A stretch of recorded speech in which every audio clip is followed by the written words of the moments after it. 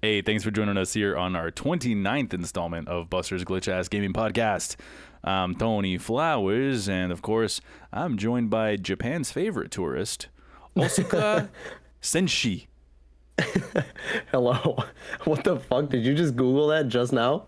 No, but I am learning a bit of Japanese myself. How do you like that? What? How? No, I was Stop. like, I was Stop looking up right online now. how to say Oscar warrior in Japanese, and Oscar is basically just Osuka, and then Senshi is Senshi. warrior. Yeah, Yeah. Asuka Senshi. Osuka Senshi. Yes. Yeah, What's up? I'm that character from Neon Genesis Evangelion, Asuka. Maybe his name is Oscar. You never know, man. Uh That's what it is. His that's name is Oscar.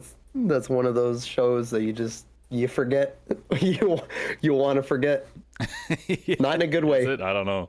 Not in All a good right. way. I'll keep that in mind and keep it off my repertoire of shit to watch.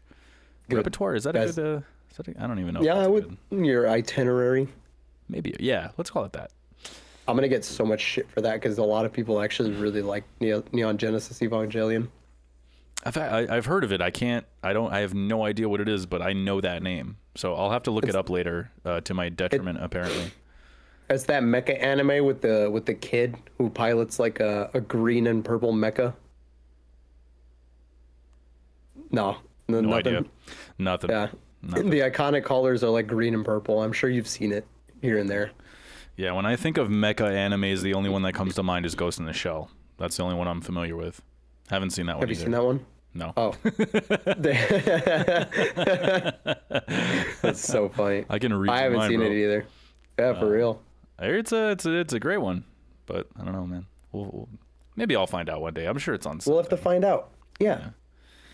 But yeah, so today we're going to be discussing our top 5 most anticipated games of 2026 each. So 10 games total, unless there's some overlap. So yeah, we'll just go back and forth, and if we mention one that we both have on our list, we can just kind of take turns glazing it. So Okay. so this episode will be going live on December 4th. We're currently recording on November 20th. So this will be our first episode of December. That'll be nice. Get the nice little December background. I got a nice little red and green one waiting for us, which everybody will be seeing right now. Hope you all had a great Thanksgiving. Speaking of the holidays, we got fucking snow in Arizona.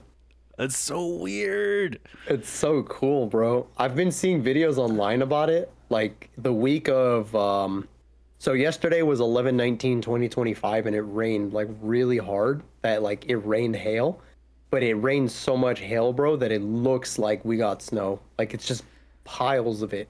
Like Oh yeah. on the sidewalk and in the streets. Like it's crazy. Yeah, the image that you sent us in the text chat.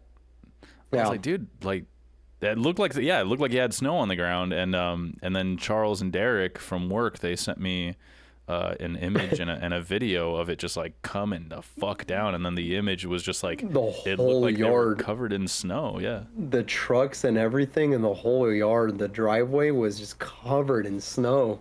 Yeah, you don't see that very often in Phoenix, man. You really don't. No, we rarely get hail. Yeah. So That's crazy.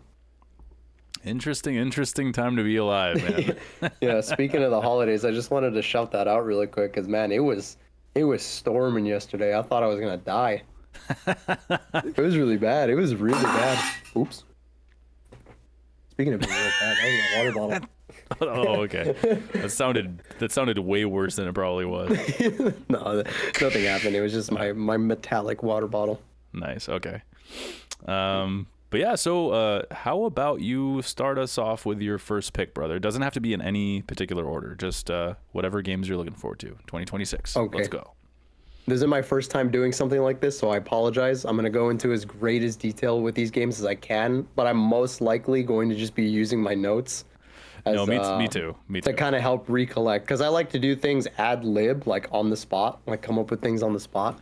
But these notes are like really extensively in detail. No, don't worry, man. I'm first time I've ever done this too, and yeah, I'm gonna be relying very heavily on my notes that I took.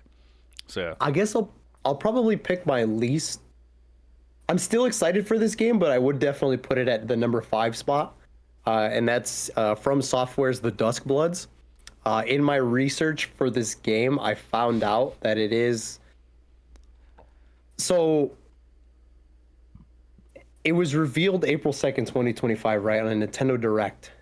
Okay. And when I first watched the trailer, bro, I legitimately thought it was going to be a Bloodborne 2.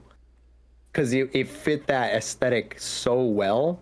Mm-hmm. Like that theme, that gothic, like Victorian architecture, like just style. And then when the trailer just continued to roll, I was like, holy shit, this is Bloodborne. Yeah. And then when we got the title at the end, like the Duskbloods, I was like, oh, I was like, no. I was like, could you imagine if FromSoft basically made a Bloodborne 2 sequel, but only for the Switch? Oh my god, would have been hilarious. That would be so funny. They're just like trolling Sony so hard. But no, it was the Duskbloods, and I was still like really hyped for it because it just looks fucking amazing. It has like it's kind of got a blend of like that Victorian era style, kind of like with steampunk. I get like a lot of steampunk elements, especially from like some of the characters and then like the environment as well. Like we saw kind of a very metallic train rolling in through the trailer. Mm-hmm. That was my initial excitement with the game, and then I'm just looking forward to it more. The combat style looks really fucking fun. You get and another reason why I thought it was Bloodborne is because you get guns on top of your normal Dark Souls like weapon types. I was like, holy shit, it's another Bloodborne, but like you get more like steampunk, because in one of the characters looked like they were shooting automatic weapons, so it's like, oh shit, this is like more steampunk, like more advanced firearms, right? But no, it's completely unique. Like it's a completely unique game to its style, and in the franchise compared to the other, From Software is known for the Soulsborne genre or like Souls-like games. Mm-hmm. So, they have history with Demon Souls. God, what was their first one? I have it here in my notes. Let me see if I can find it. From Software's first game? I think it was that dungeon crawler that Hobo Taro was telling us about. King's Quest. King's Quest or like Kingsfield or some shit like that. I have it here, but it's like it's lost in just walls of text. Oh, here we go. Kingsfield, the Kingsfield series, the Armored Core. Yeah, Armored Core series, Dark Souls, Demon Souls, Bloodborne, Sekiro, Shadows Die Twice. And then their most recent project, Elden Ring, and then Elden Ring Night Reign is what they're more famously known for. But they've just had bangers after bangers, throughout the years, right? They're very any product that they put out, like you kind of know what to expect with From Software. So it's like anything that they put out is genuinely like really exciting to see. I know I hate on these types of games all the time for being too difficult, but that is a fair argument. Like that's how those games were made, and I've been reading those types of comments a lot, and I'm starting to understand more that maybe some games aren't supposed to be made for everybody, and I really respect that now. Like these types of games do need to have that difficulty along with the amount of world building that it has as well. And that's something that also kind of excites me, because the From Software has always been really good at kind of hiding bits of lore within their game, like in item descriptions or like weapon descriptions, or you just find things out in the world that kind of portray these things, whether it be like fallen deities or like dead, like you'll find just dead things everywhere, right? But these giant like titans, that kind of paint a picture. The battlefield paints a picture of what's kind of happened within the world, and they've always been really good at that. So I can't wait to see more of that in the Duskbloods. Again, the only thing that really concerns me about this game is like, this is my fault entirely, and I'm going to own up to that. But if it's going to be too difficult, another thing that I found out during the research is this is a multiplayer PvP PvE game. Yeah. And I don't know if it's going to have a single player story. That honestly might be a deal breaker for me. I am still really excited for it, but if it doesn't have a single player like component to it, I may just gloss over it But honestly, just because of the steampunk and like Victorian era vibe, and like Bloodborne was one of my favorite games on the PS4, I might still just give it a chance, honestly, Yeah. because I really like that architecture of.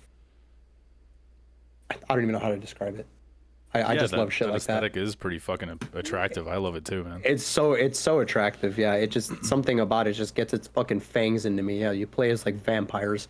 You have like a different class system, and like they're all vampires and shit, and like you're fighting against the environment while also fighting against players as well. And it's just like, yeah, you're collecting blood. Yeah. You're just like Very fighting each other. very Bloodborne.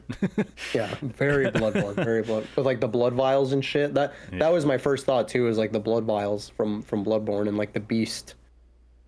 Oh my god, what was it called? The beast blood. The blood. Do you remember? I don't remember all the. I remember there's like the old blood, fear the old blood, and all that shit. Which you got like from the aliens and shit. Oh man. Yeah, it was a trip. I love stuff like that. But yeah, I'm excited overall for Duskbloods. I honestly can't wait for it to come out. No official release date for it yet. Like nothing set in stone. We just know that it's coming 2026. Hopefully if it doesn't get delayed. Yeah, they're not really known for delaying their shit, are they? Good. When they put out a date, they usually deliver. They wait.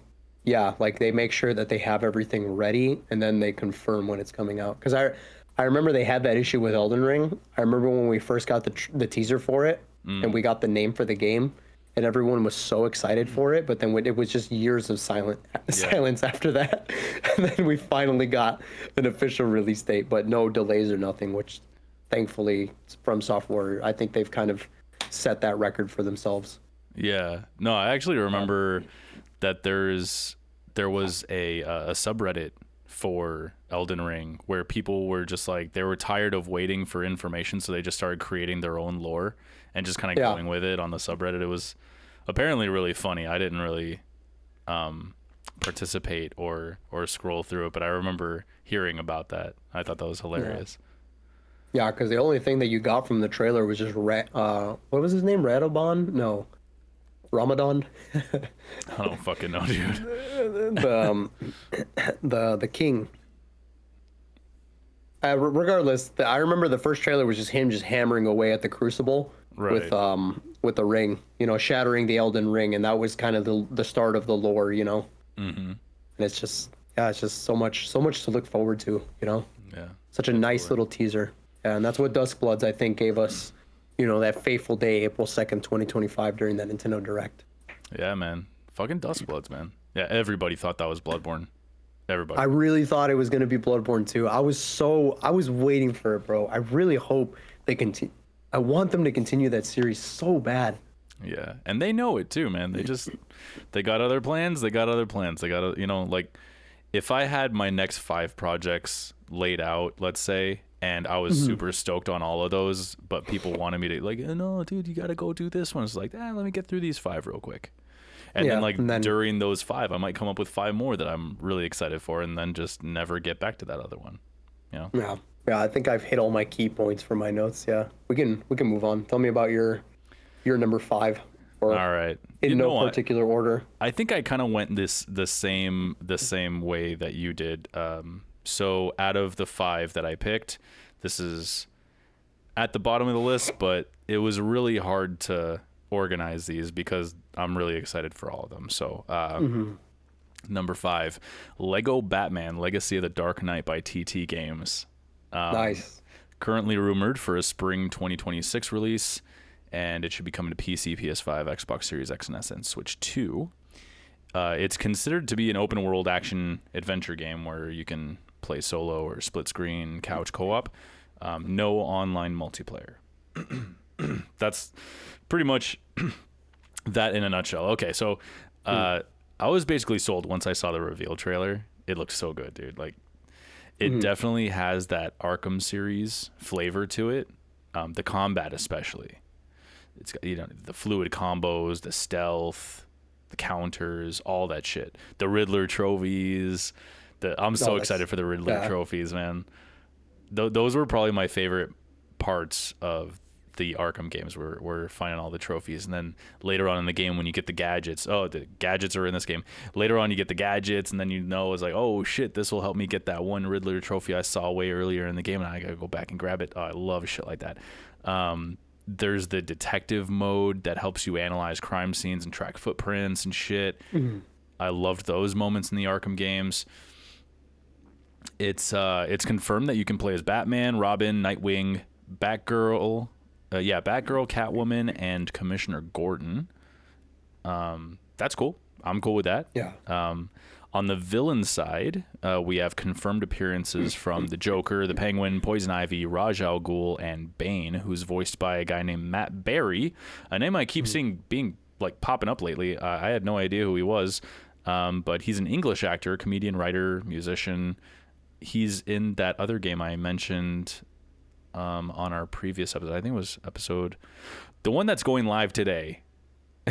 On November 20th. I mentioned earlier, thank goodness you're here. He's in that game. It's so really funny. Yeah. Let's see some other things I'm really excited about. Like there's no hub world in this game. It's a fully open world Lego Gotham City, complete with landmarks like Arkham Asylum is in there, Wayne Tower. They said there's like high traffic density and that you can explore the whole city in different areas. Like in different, I'm sorry. It's got, I think they said it's like 4 different distinct districts or something like that. Mm-hmm. And you have access to the Batmobiles, but like the different eras of Batmobile. So you have like the old school Batmobile, the Tumbler from the, I think it was Christopher Nolan. Yeah. Those movies. Yeah. You can glide around. You can grapple up buildings. Oh, man. Bro. It just sounds so cool, and it looks amazing. The only Lego game that I remember really enjoying was the Marvel Superheroes one, mainly because of Spider-Man and Iron Man. They were so adorable in Lego form and really fun to play as. The aspect of destroying shit, like to collect studs, was never really appealing to me in these games. I know it's still going to be in this game, but I hope that you get more for saving people from assholes or, collecting Riddler trophies, main missions, side missions, things like that. Because I know that's it's kind of central to unlocking characters or things. Like you usually unlock stuff by collecting all the little studs. You know what I'm talking about? You ever play the Lego games? Yeah, the little single pieces. Yeah. And that's like a main thing, and they want you going around breaking everything. Like, it's fine, but I'd rather that not be the main source of getting it. I'd rather get it for like the main reward system. You want a reward system for other things, I think. Yeah. Is what you're trying to say. Yeah. Basically, yeah. Like for saving people in Gotham, or maybe collecting the Riddler trophies, or different things like that.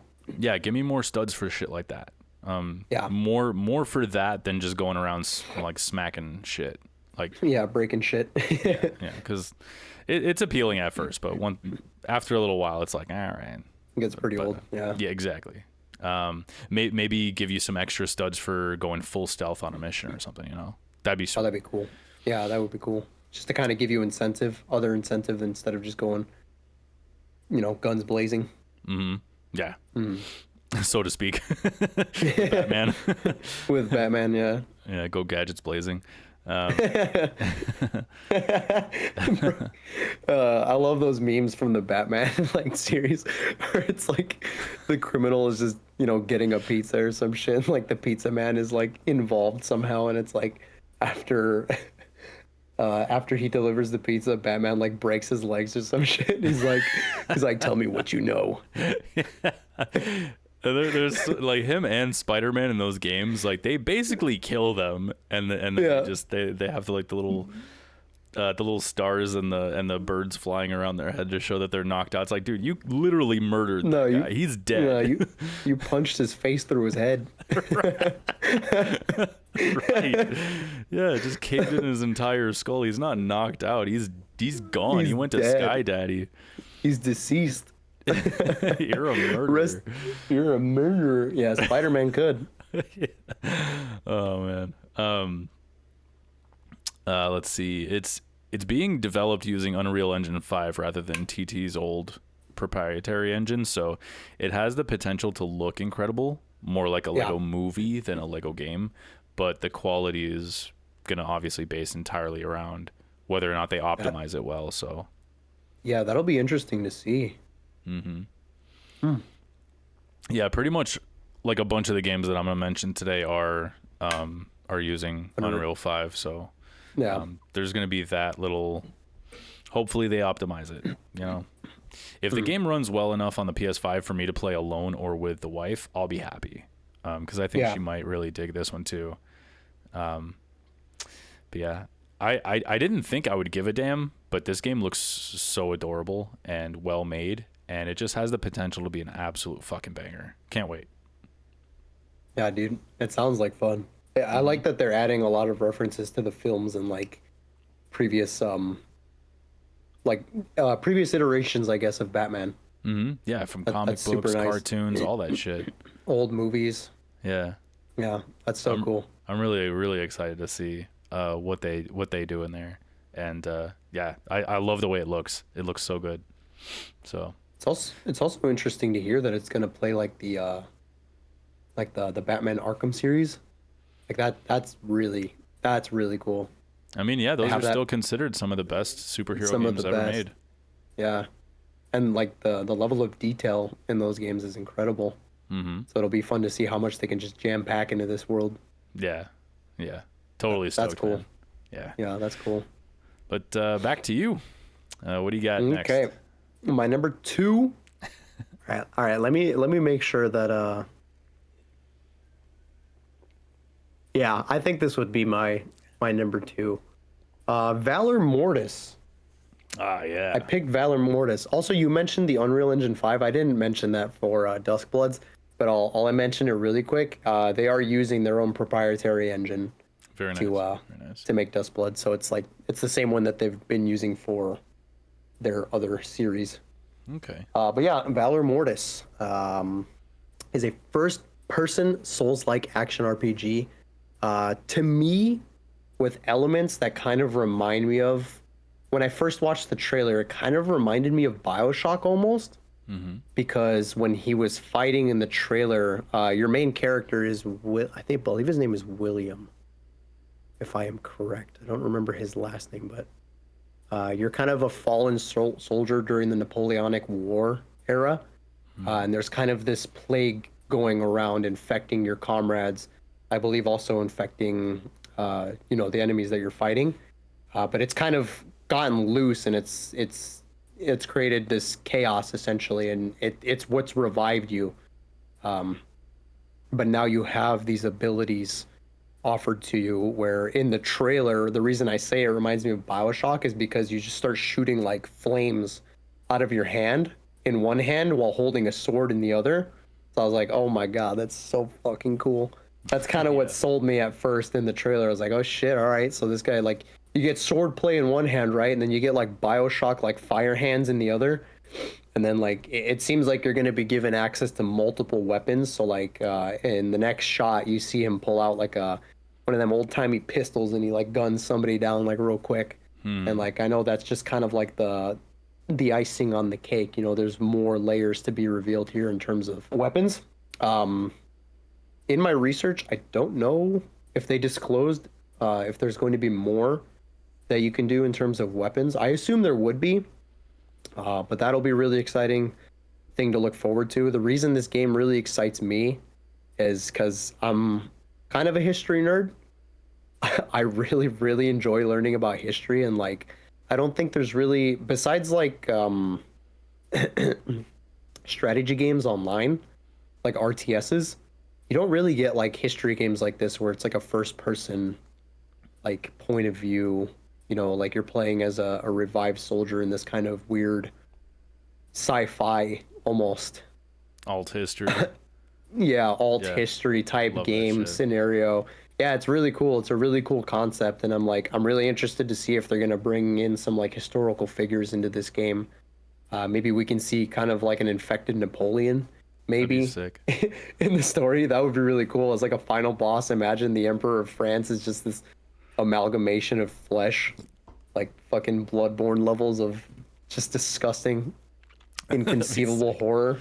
That would be so cool. Yeah, because it looks like you get a lot of that in the boss fights, because you did see like, while he's fighting some of the enemies, they are kind of like grotesque creatures that have like extra limbs, or maybe their face is fucked up, or maybe they just have extra limbs hanging off them for no reason. And you get them all shapes and sizes. This game is developed by One More Level, the same creators as the Ghost Runner series, which I have always wanted to play, but I never gotten the chance to do it. But the games look really fucking cool. They look like they would be right up my alley. If you don't mind me jumping in, I played a little bit of the first one. They gave them both away on Epic a while ago, so I do have access to them, and it's really good. It's just it's almost like it is heavily movement based, right? Because you can jump off, you can run on walls and like jump off of them too, right? So it's kind of like that Mirror's Edge kind of gameplay.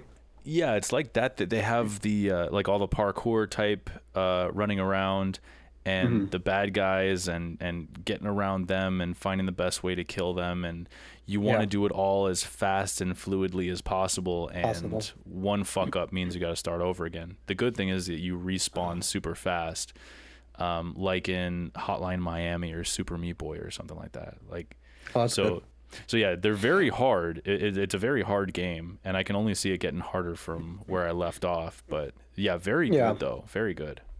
Yeah, that was one thing I was going to mention with Valor Mortis as well, as they did say, or from what I've heard online, it's going to be a Souls-like game. So it's probably going to take inspiration from Ghost Runner and Ghost Runner 2, where it is going to be difficult, and you're probably going to have to be more strategic with how you fight enemies, which I'm completely fine with. Totally. Like, I'm going to try my best to like get through this game just because it looks super, super fucking cool. I'm really excited for it.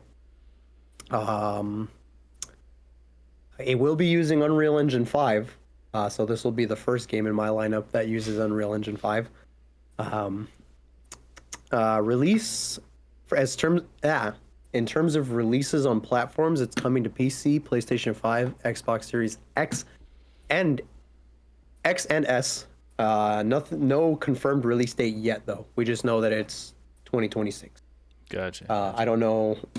I honestly don't know what quarter. I don't think I would have come across that, I feel like, in my research if I had seen it, but I didn't see anything, so I'm just going to say 2026. I don't know when, but hopefully next year with no delays. Nice. Let me see. Yeah, other than that, I'm really excited for this one. I'm not really too worried about anything. It looks super cool. It looks like they have it looks like the developers have a good track record with Ghost Runner and Ghost Runner 2. I read some of the reviews for those games, and it seems pretty much overwhelmingly positive. So hopefully they got a good thing going for Valor Mortis. Yeah. Other than like it being a Souls-like, I'm not really worried about anything. Very nice. Yeah. That's my rundown for Valor Mortis. Yeah, that one's definitely on my radar too. That one looks awesome. It looks fucking awesome, dude. I love the Napoleonic Wars. Like, just reading into history about like Napoleon and how he was able to fight he was able to fight against multiple countries that were in coalition with each other, like throughout Europe. It's crazy. He fought England, he fought Germany, Austria, Prussia, like everybody, bro. He even beefed against Russia and was able to push them to like St. Petersburg. And I don't know if this is entirely true, but from what I've heard, Napoleon burned down like the capital of Russia, which was St. Petersburg. Oh shit. Like, he pushed pretty far in. That's crazy, dude. Dude was he was a general better than Alexander the Great, in my opinion. Like, dude was fucking nuts. I gotta take your word for it. I have no idea. He was nuts. I'll have to look into it one of these days. I know I'm like dick riding him right now. I'm like glazing him, but yeah, he was he was a great general. Fantastic general. Was just really good at like hyping his people up. Like, I'll tell you a story about him. He used to do this thing where he would flip a coin before every major battle that he was a part of. he would do it with his men. He would flip a coin. He's like, all right, men, I'm going to flip this coin. And if it lands on heads, that means we have the grace of God, with us. God is going to be with us in this battle. And he would do it every time. And he would always call his coin correctly. So that would kind of boost the morale of his men and basically giving them a better fighting chance during the battle. But he was a little sly fox because that motherfucker had a coin made with the same, like, if it was like both sides. Yeah, heads on both sides. So it's like, and nobody knew. So it's like he was just kind of. But if you think about it, it's kind of smart because you're giving like a morale boost to your soldiers. Oh yeah. Yeah, like, and it like that really helps. Psychologically, that really helps your soldiers. Oh yeah. So that probably played a big part as to why he did so well as a general and why he's so well regarded in the world, and especially amongst like French people. Like, they loved him, bro. They loved him. And they still love him to this day. Like, they admire him so much. Like, and that's one of like my, I know this kind of, I went onto a tangent, but just because I love history so much, they have his tomb. Like, when he was exiled to oh my God, what was the name of the island? Saint Helena, I want to say, was the name of the island. He was exiled because some aristocratic assholes pushed him out. Basically, they wanted to get rid of him because he was too powerful, so they exiled him to this island in isolation with a couple of his soldiers. And he basically lived and died there for the rest of his life. But people were so loyal to him that they wanted his body brought back to mainland France, and they buried him there in the capital. No, I don't think it was the capital, or was it his hometown? They buried him in France somewhere, right? And you can go see his tomb, and they buried him in such a way where, regardless of where you're looking at the tomb from, you're in a position of admiration for him. You're either looking up at him or in a way that makes it look like you're admiring Napoleon, because they respected him that much. The cathedral, the cathedral for the burial itself is so beautiful, and the architecture is just nuts. Like, that is one of my that's one of my destinations, I guess, on my bucket list that I want to go see. I was literally just gonna ask you. I was like, you want to go there at some point? I want to go there at some point so bad, just so I can see Napoleon's tomb. That's cool, man. Very cool. Yeah, I don't give a shit about Paris or like the city or anything. I would literally just go to see the tomb. To Napoleon. and that's it. That's it for me. I could go on for hours about shit like that, but yeah, that's it for me. Valor Mortis. I can't wait. Very nice. Very nice. Next up for me is Grand Theft Auto 6 by Rockstar Games. Yeah, I'm going to tell you why this is one of my most anticipated games, as it should be everybody's. Okay, so it's currently scheduled to release on November 19th of 2026, so just a smidge under a year out. Yes. It's confirmed to be coming to PS5, Xbox Series X and S. PC it'll probably come to eventually, and there's currently a rumor of a Switch 2 version in the works as well. So nice. Who knows? I mean I see it, unless they're going for like a really like large graphical leap. I don't think Rockstar is going to be doing anything too crazy. Are you no, dude? No, this is going to be insane, bro. It's going to be insane. You think so? Absolutely. Really? There's no like it'll question. be the next jump in like the standard for graphical fidelity in games. Yes. Yeah. Really? They were even saying that the rest of the industry won't be able to touch what they do for the next 15, 20 years. Like, it's just that ahead of shit. And you can totally tell it's going to be special. It's going to be something really special. Yeah, it's an open world action adventure game, or commonly referred to as a crime sandbox. Yes. All right, so what we know about the game, it takes place in Leonida, I believe is how you would pronounce that, basically Florida, with Vice City or Miami as the main location. They're going dual protagonists, with Lucia being the first playable female character in the 3D era. And you can swap between her and her partner Jason. The story is apparently like a Bonnie and Clyde inspired tale. So nice. So they're using an upgraded version of the Rage engine, their proprietary shit, which is supposed to make water physics, character animations, and NPC density unlike anything we've ever seen. Ever. I really like what I'm hearing about limited weapon carrying, like in Red Dead 2. Like, you can only carry so much on you, and the rest would have to be in your saddlebags, like, or in this case, in your trunk. Heists are said to return. Those were so much fun in GTA 5. Loved them.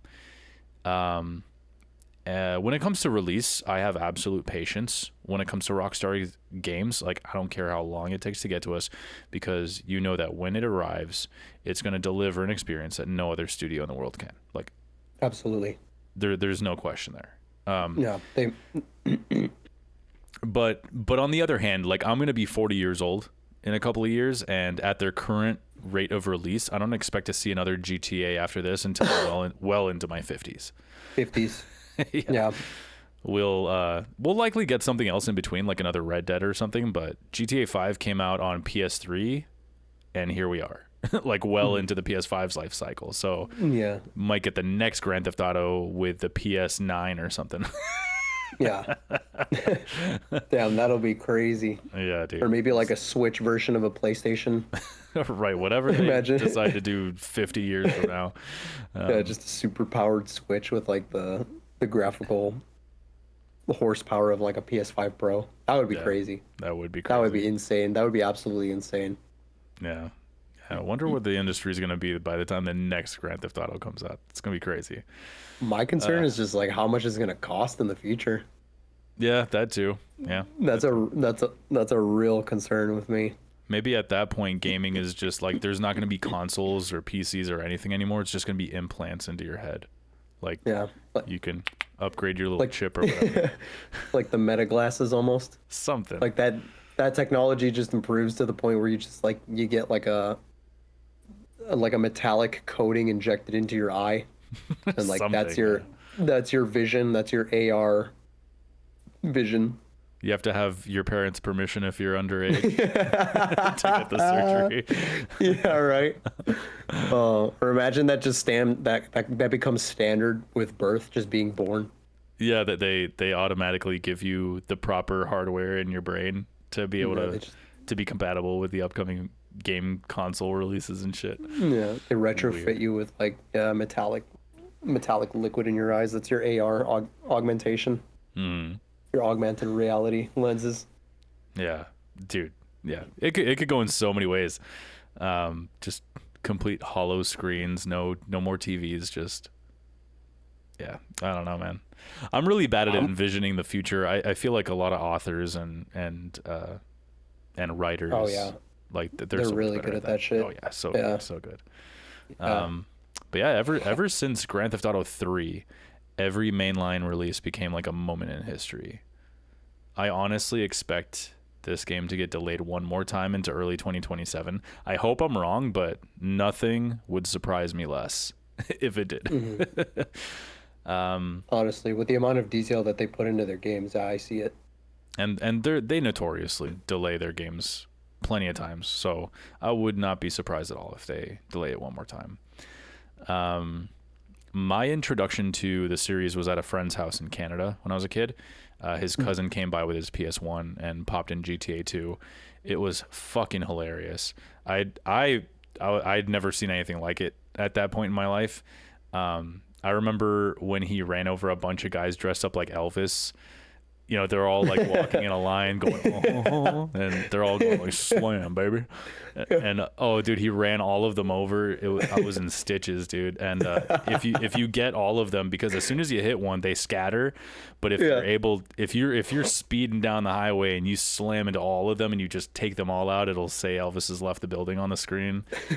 And you didn't get anything for it. Yeah, it was so funny, dude. But yeah, you could just get out of the car and just follow him around. I used to just do that, just follow him around for a little bit and just listen to him going, "Oh, slam, baby." That's amazing. Yeah. So good, dude. But I didn't have a PS1, so I didn't end up getting to play that one or the first one or London until way the fuck later. But when I did, dude, yeah, those are really great. The original Grand Theft Auto games. But you can tell when GTA 3 came out, and like remembering, oh my God, this is that game, but in a third person perspective. I was like, this is everything right here. And you can totally tell that this franchise, as long as they did it well, which they have ever since, was just going to become the biggest thing. Like, this had so much potential. It is the top of the gaming sphere, I would say. Yeah, it's Apex, dude. Absolute Apex, like the absolute best you could do in gaming. Yeah, and the world loves it, man. Like one of the things I'm most looking forward to is the radio channels. They always have a killer soundtrack. No matter what genre you're into, there's gonna be some banger fucking hits in there. They usually go out and find artists to make brand new, specifically for the game, songs and shit. I think Dr. Dre is making like brand new music for this game and everything. Yeah, that's sick. Mm-hmm. And then the talk radio is always laugh out loud fucking hilarious. I love the talk radio in their games. Yeah. And all the little commercials they do. Like I was afraid that my kids were gonna get hurt or something, so I stabbed them, and it made all my worries go away. It's so weird. It's so out of nowhere. I did it myself. Yeah. No, but you're right. I know exactly what you're talking about. All the conversations they have on there is just so outlandish. Hilarious, every single one of them. And the commercials are hilarious. The Go-Go Space Monkey, like, here you go, Pogo, have a stick of dynamite or something, and it just makes a little sound. And it's so stupid, man. I love it. Yeah, speaking of humor, their brand of satire is always so fucking spot on. I can't wait to see how they tear up modern America in like every facet, you know. Like internet culture, the fucking, camera on Everything. you all the time, everywhere you go, influencer medias and all that stuff. TikTok, like, Instagram, everything. All this crazy shit. Yeah, because they've had a decade, longer than a decade, more than a decade, like, stuff to work with, Yeah, so it's like, that'll be really interesting to see how they tear that apart. Oh yeah, almost like South Park levels of.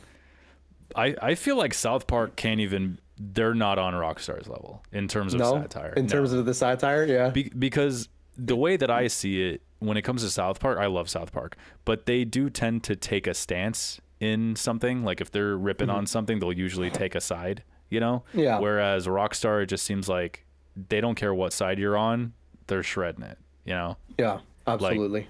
Like you should be ashamed for having an opinion on anything. It's awesome. I love it. How dare you not be on the gray area? It's so funny, dude. Everything. Yeah. And it's one of those games that I'm going to want to disconnect from social media while I play it so that every funny or offensive moment isn't just spoiled for me, because it's just going to be like, oh, dude, look what they put in there. Oh, dude, look, you can this. Oh, did you find this? It's like, dude, come on. I'd rather just stumble upon it. That's something that's so like crazy about GTA 2, like as well as like, whenever a new game comes out, it's just meme to hell.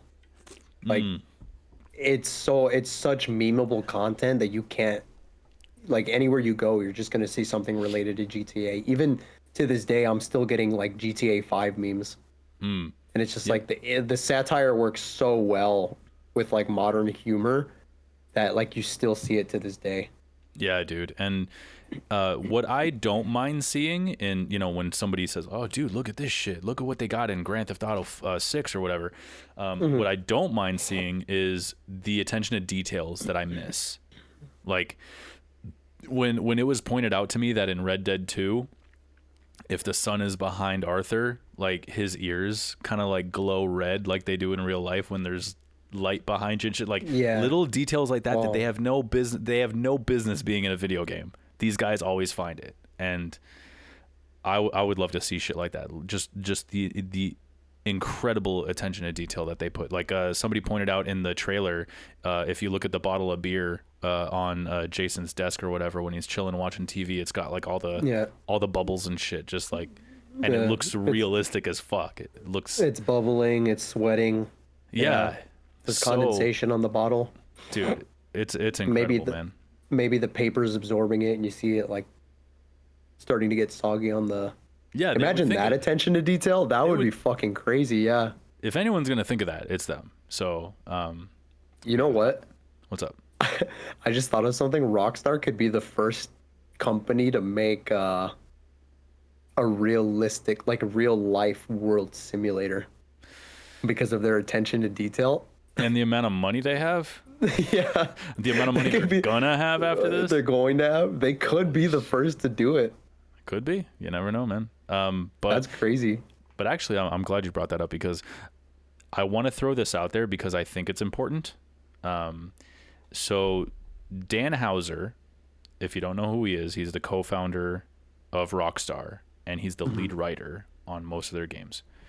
And then Laszlo Jones, he's another writer, and he's like the main radio host. He's been in a lot of their games as a radio host.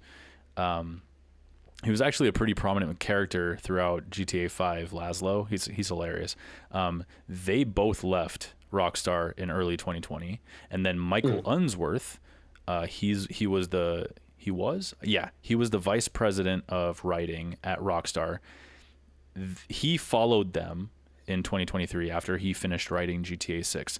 So Dan Houser, he leaves behind his brother Sam. Sam is still at Rockstar and probably the head of the company at this point. I didn't look too far into it, but Dan left and he created a new company called Absurd Ventures that the other two, Laszlo and Michael, joined him in doing. But these guys were the creative backbone of the biggest and most celebrated Rockstar games that you can think of. Every one that everyone loves, these guys were basically, they were the ones who, they were the meat and everything of all those games. Who wrote the games? You're going to see one of their names on there. It's usually Dan Houser, Michael Unsworth. Like they're always the ones that make the best scripts and all that shit. So I would expect that whatever comes next after GTA 6 is going to feel very different at Rockstar. Yeah. For better or worse, we have no idea. We'll have to wait and see. And who's going to create the biggest and baddest, like maybe the first real world virtual world, like you were saying? It might be Dan Houser's next company, this Absurd Ventures. They're working on a couple of different projects, and they want to not only focus on video games, they want to do all kinds of other media. So I have a question. What's up? This company, it's called Absurd, right? Yeah, Absurd Ventures, yeah. What kind of company is it? Are they just doing more video games, or what are they doing this time around? What are their main projects? Do we know anything? Yeah, they're doing multiple games. They already have the concepts for some that they're like balls deep into production for. They're looking to do movies, books, all kinds of shit. Graphic novels, like they're all over the place. They want to do like all of it. Damn, that's exciting. I love shit like that. Oh man, I love stuff like that. Yeah, so that's so cool. It's well, kind of like we mentioned it with Horizon on one of our previous episodes that we recorded today. That's 2 episodes behind now, which is weird. Yeah. That's because Nintendo's doing kind of the same thing. But I kind of like that because it's like I get my, it's either I get more content from my favorite franchises, right, or maybe more content from the creative minds as my favorite franchises. Yeah, 100%. That's so cool. It is, yeah. So I'm gonna be keeping a close eye on what they're actually doing. But for now, GTA 6 is just over the horizon, no matter how you look at it, and that fucking game is gonna stop the world, man. So I'm so fucking excited for it. So yeah, for real. Me too, bro. But yeah, back to you. You sold me on it. No, I'm excited. I'm excited for GTA 6. Fuck. Dude, you should be. Everyone should be. Everything else is worthless. You're not going to escape it. You're not going to escape it. When it comes out, it's going to be everywhere. And it's going to be everywhere. I'm going to have to buy it day one and avoid the internet. I'm going to have to like call off of work. Dude. Oh, yeah. Dude, yeah. I'm going to have to play it in Japan. All right. My next game, The Adventures of Elliot. The Millennium Tales. Fuck yeah. Dude, that game looks fucking sick. When I first saw it, Let me see. When was it announced? It was announced July 31st, 2025 during a Nintendo Direct. It's a game made by Square Enix. We all know who Square Enix is. Come on. Square They're the creative Enix. mind. Yeah, behind excuse me, Final Fantasy series. I believe they've worked on Dragon Quest, or that might be one of their children. Near Automata, you know, you know, many series under their belt. Definitely. Everybody knows who Square Enix is. I just lost my train of thought. Making this stupid ass joke. Yeah, you play as a character named Elliot. You're tasked with a mission to go find an ancient tomb that's kind of stirring around underground, and you end up finding this ancient relic that connects the past. Is it the past with the present or the future and the present? Let me name it. The door. It's called the Doorway of Time. Excuse me. Yeah, that connects the past with the present. That allows Elliot's journey to transcend space and time. The reason I got really excited for this game is because it's not a traditional. It has that like HD 2D art style to it, kind of like Octopath Traveler 2, and then like some of the newer games that are coming out, like even though Octopath Traveler 2 is kind of recent, but more like Dragon Quest, I think 1 and 2 remake, and then the Dragon Quest 3 remake as well.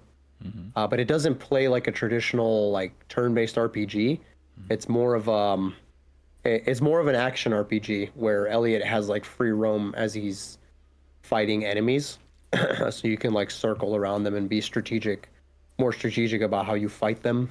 You have multiple weapons that you can choose from. It is a standalone game, so it's its own unique IP.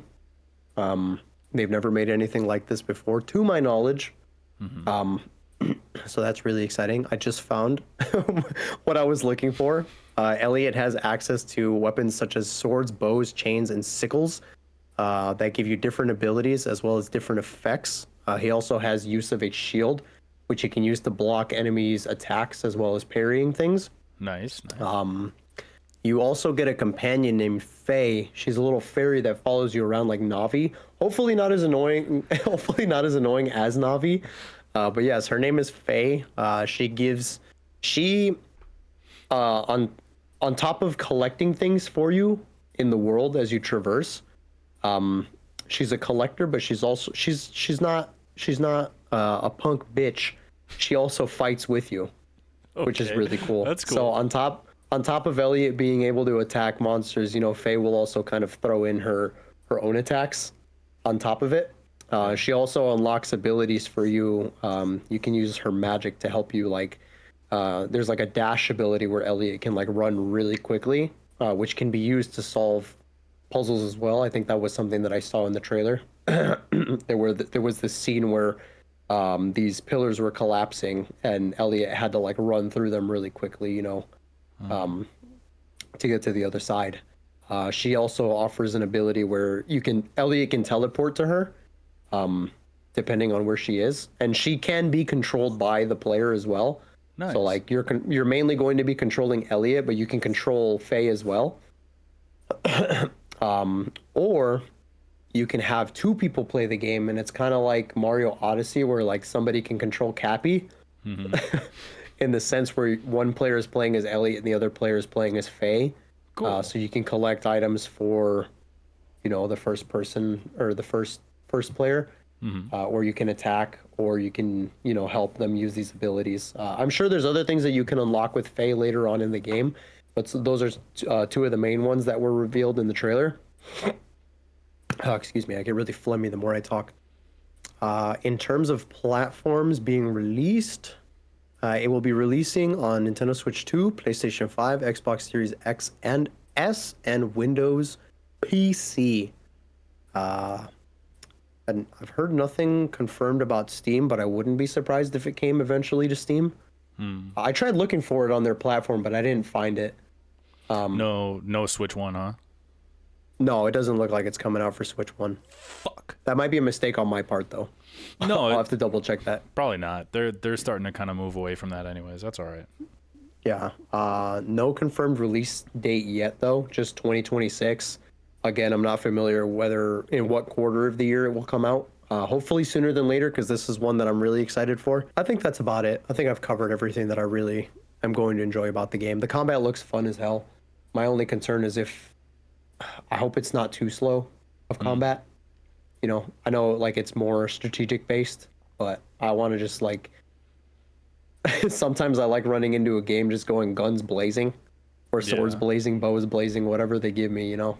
Yeah. And I like feeling overpowered like that, you know, just fucking wailing on enemies and just like having different ways of doing it, especially with like all the different.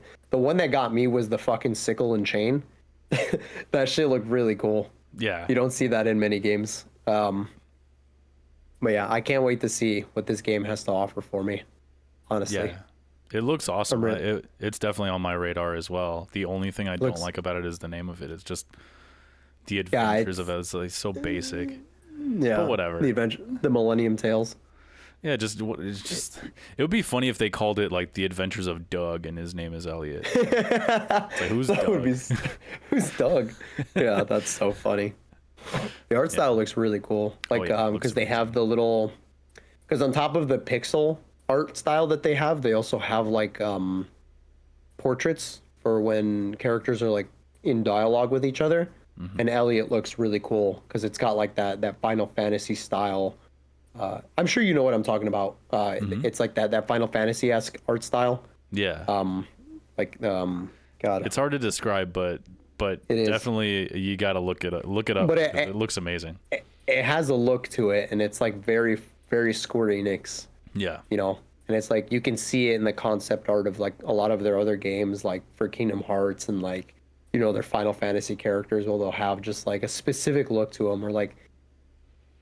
The thing that comes that is at the top of my mind when I think of Square Enix is like just the amount of belts that all the characters have for no reason on their, but it's like such an aesthetic that it's like that is such a Square Enix thing. Like that's what you think about when somebody mentions like Square Enix art and like the sharp lines and the sharp edges to like the drawings, like sharp corners and everything. Like it's just I like stuff like that. I grew up with it. Yeah, I grew up with it, especially with Kingdom Hearts. Love that shit. Too many belts. Love it. Yeah, dude. too many belts. Way too many belts. All right, yeah, fucking Adventures of Elliot, man. That's a good one. Elliot. I'm looking forward to that excited. too. I'm looking forward to it, and I'm excited for it. Fuck yeah. All right, so take it away, broder. Next on my list, Scott Pilgrim EX. What? By Tribute Games. Tell me about it. It's scheduled for early 2026. So yeah, all right, soon. It's coming to PC, PS4, PS5, Xbox Series X and S, and Switch. It's a 2D action adventure, beat 'em up with RPG elements like stat customization, and it has an interconnected open world map kind of structure. You can play solo or up to 4 players, local or online co-op. I think you can like drop in and drop out with local. So that's fucking cool. That's sick. Yeah, huge fan of Scott Pilgrim all around. Loves the aesthetic. The movie is one of my all-time favorites. I can rewatch it endlessly, and it's faithful as fuck to the graphic novels. The 2010 game was one of the first games that Chelsea and I played together from start to finish, and the recent Scott Pilgrim Takes Off on Netflix, that was fun. I liked it. I loved how they got everyone from the movie back to reprise their roles in it. That's so cool. That is really cool. Mm-hmm. So when this game was announced, it immediately had my attention, just because it's Scott Pilgrim, right? Naturally. But this is also the same development studio that made TMNT Shredder's Revenge.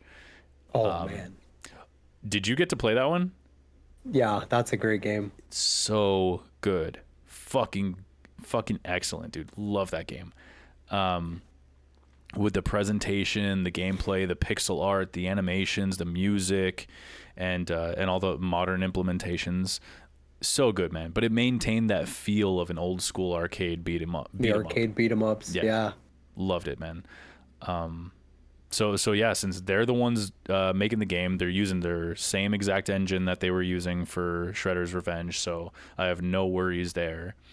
Also, Brian Lee O'Malley, he's the creator of Scott Pilgrim. He wrote a new story for this game, and he's consulting on the project. So that's awesome. Love to see it. That is amazing. And from what I've read, the story continues on from where Takes Off ended.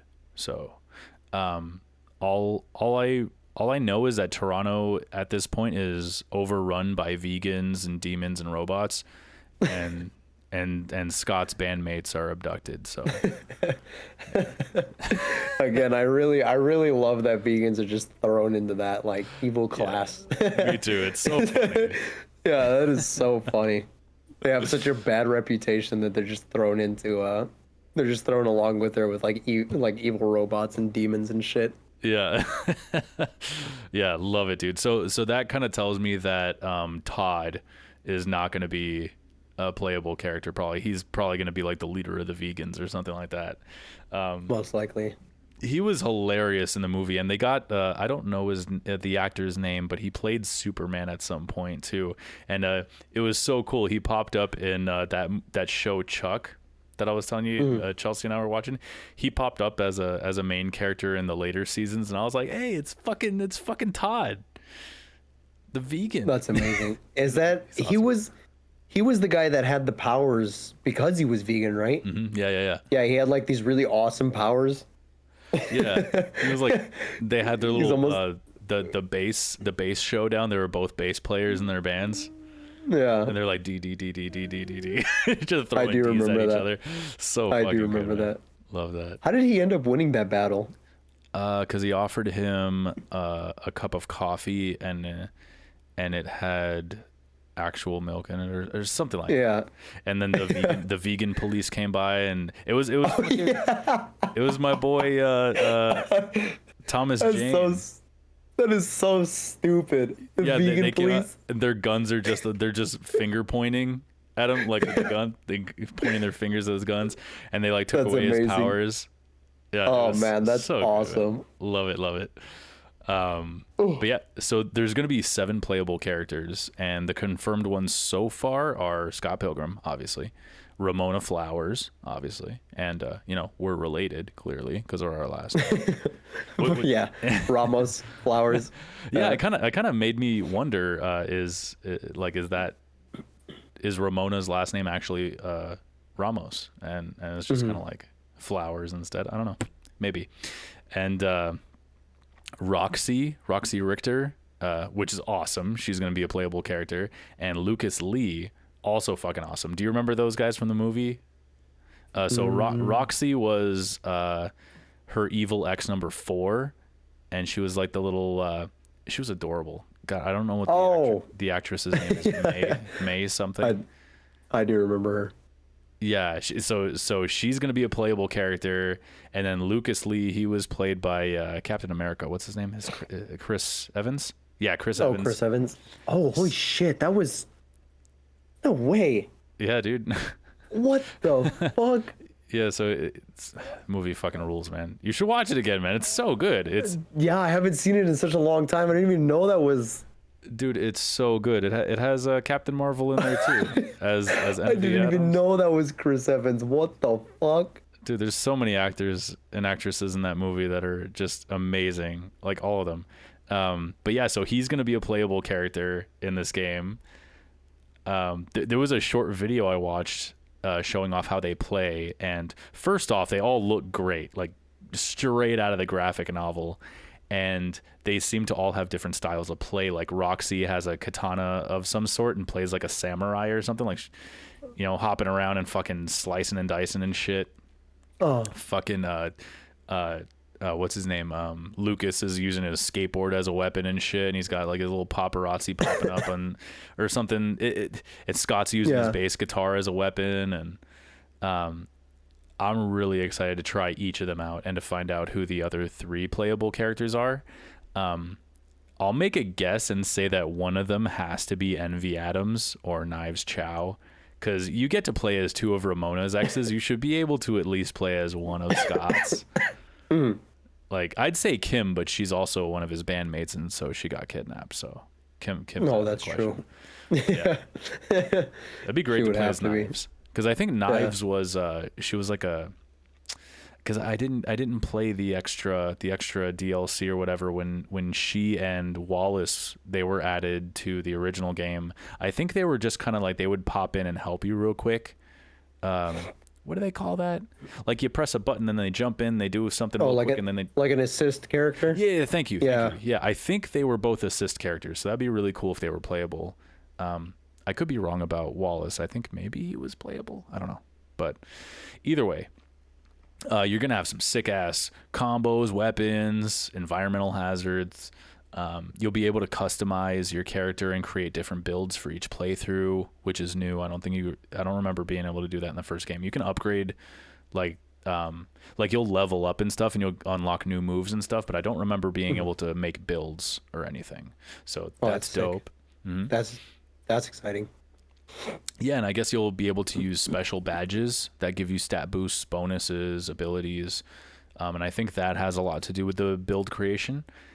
And I was reading that the map this time around is like a Metroidvania-esque rather than linear stages, so you can explore and pick up side quests and shit. I think it might be kind of on par with what they did with TMNT. Because I remember you had the map of New York, and you can kind of, go throughout them. But then if you find somebody in need during one of the stages, they'll unlock little side quests for you to go. Do you remember? Yeah, so like I think maybe like that. I don't know. I love shit like that. Yeah. You just got me really excited for this. Oh, dude. Oh, that's so cool.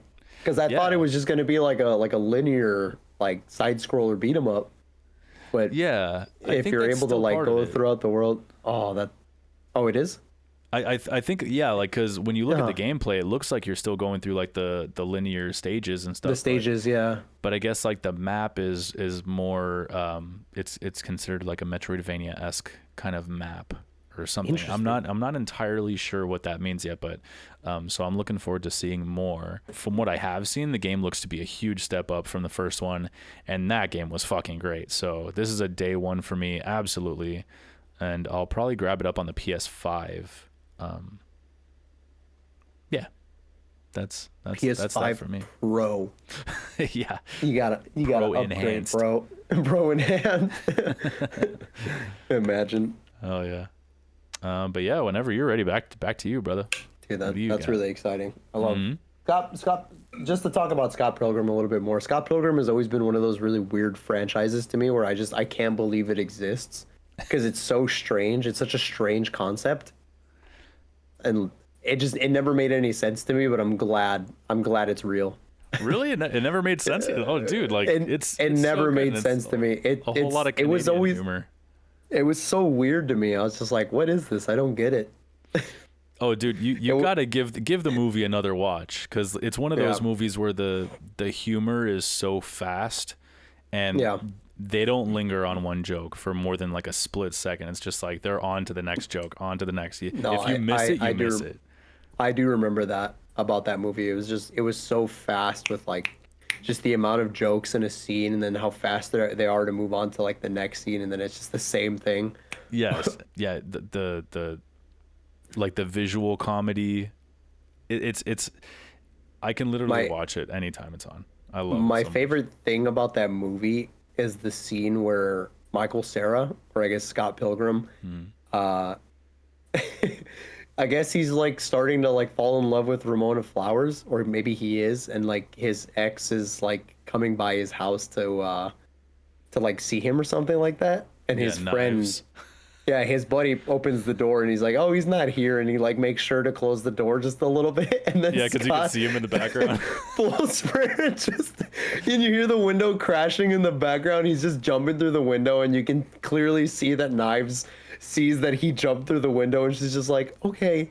Yeah. Like all sweet and shit, and just like, yeah, it's so funny. It Yeah, is so moments funny. like that are so good, and how he and Wallace have to like share a bed and stuff, and Wallace Yeah. is like he's not even like awake or whatever, and he's and Scott answers the phone as his sister, and he just like looks over at Wallace because he literally just told him while he was like sleeping almost about what he was doing, and she's like giving him shit about it over the phone. He looks over and Wallace has his phone in his hand, but he's still asleep. It's like, Wallace, you fucking bitch, you gossipy little bitch. That's so funny. I do So remember good, that. man. Love that Yeah, movie it is so so much, good. dude. Yeah, it's this God Pilgrim's a strange universe, and I love it. I'm glad it exists. Plenty of Canadian humor in there, man. Love it, Um, love it. Absolute one of the greats. Absolutely one of the greats. But yeah, take it away whenever you're ready, brother. all right, back to me. My next game, Romeo is a dead man. The thing that initially got me about this game, bro, is the fucking rotoscope fucking animation at the beginning of the trailer was so funny and so unexpected. I love it when people do shit like that because, like, oh my god, it looks so goofy, and I love it. It's like such a strange premise. Somebody like rings the doorbell. You know, Romeo gets up to, oh my god, what was his name? Romeo Thundercock. So it's I think it's Romeo Stargazer. Yeah, his name is Romeo Stargazer. He gets up from the table. They're all having dinner there. He's with his grandpa and like the rest of his family, and like he gets up because somebody rings the doorbell, and then he gets like attacked by this fucking monster that rips off his leg and like half of his face.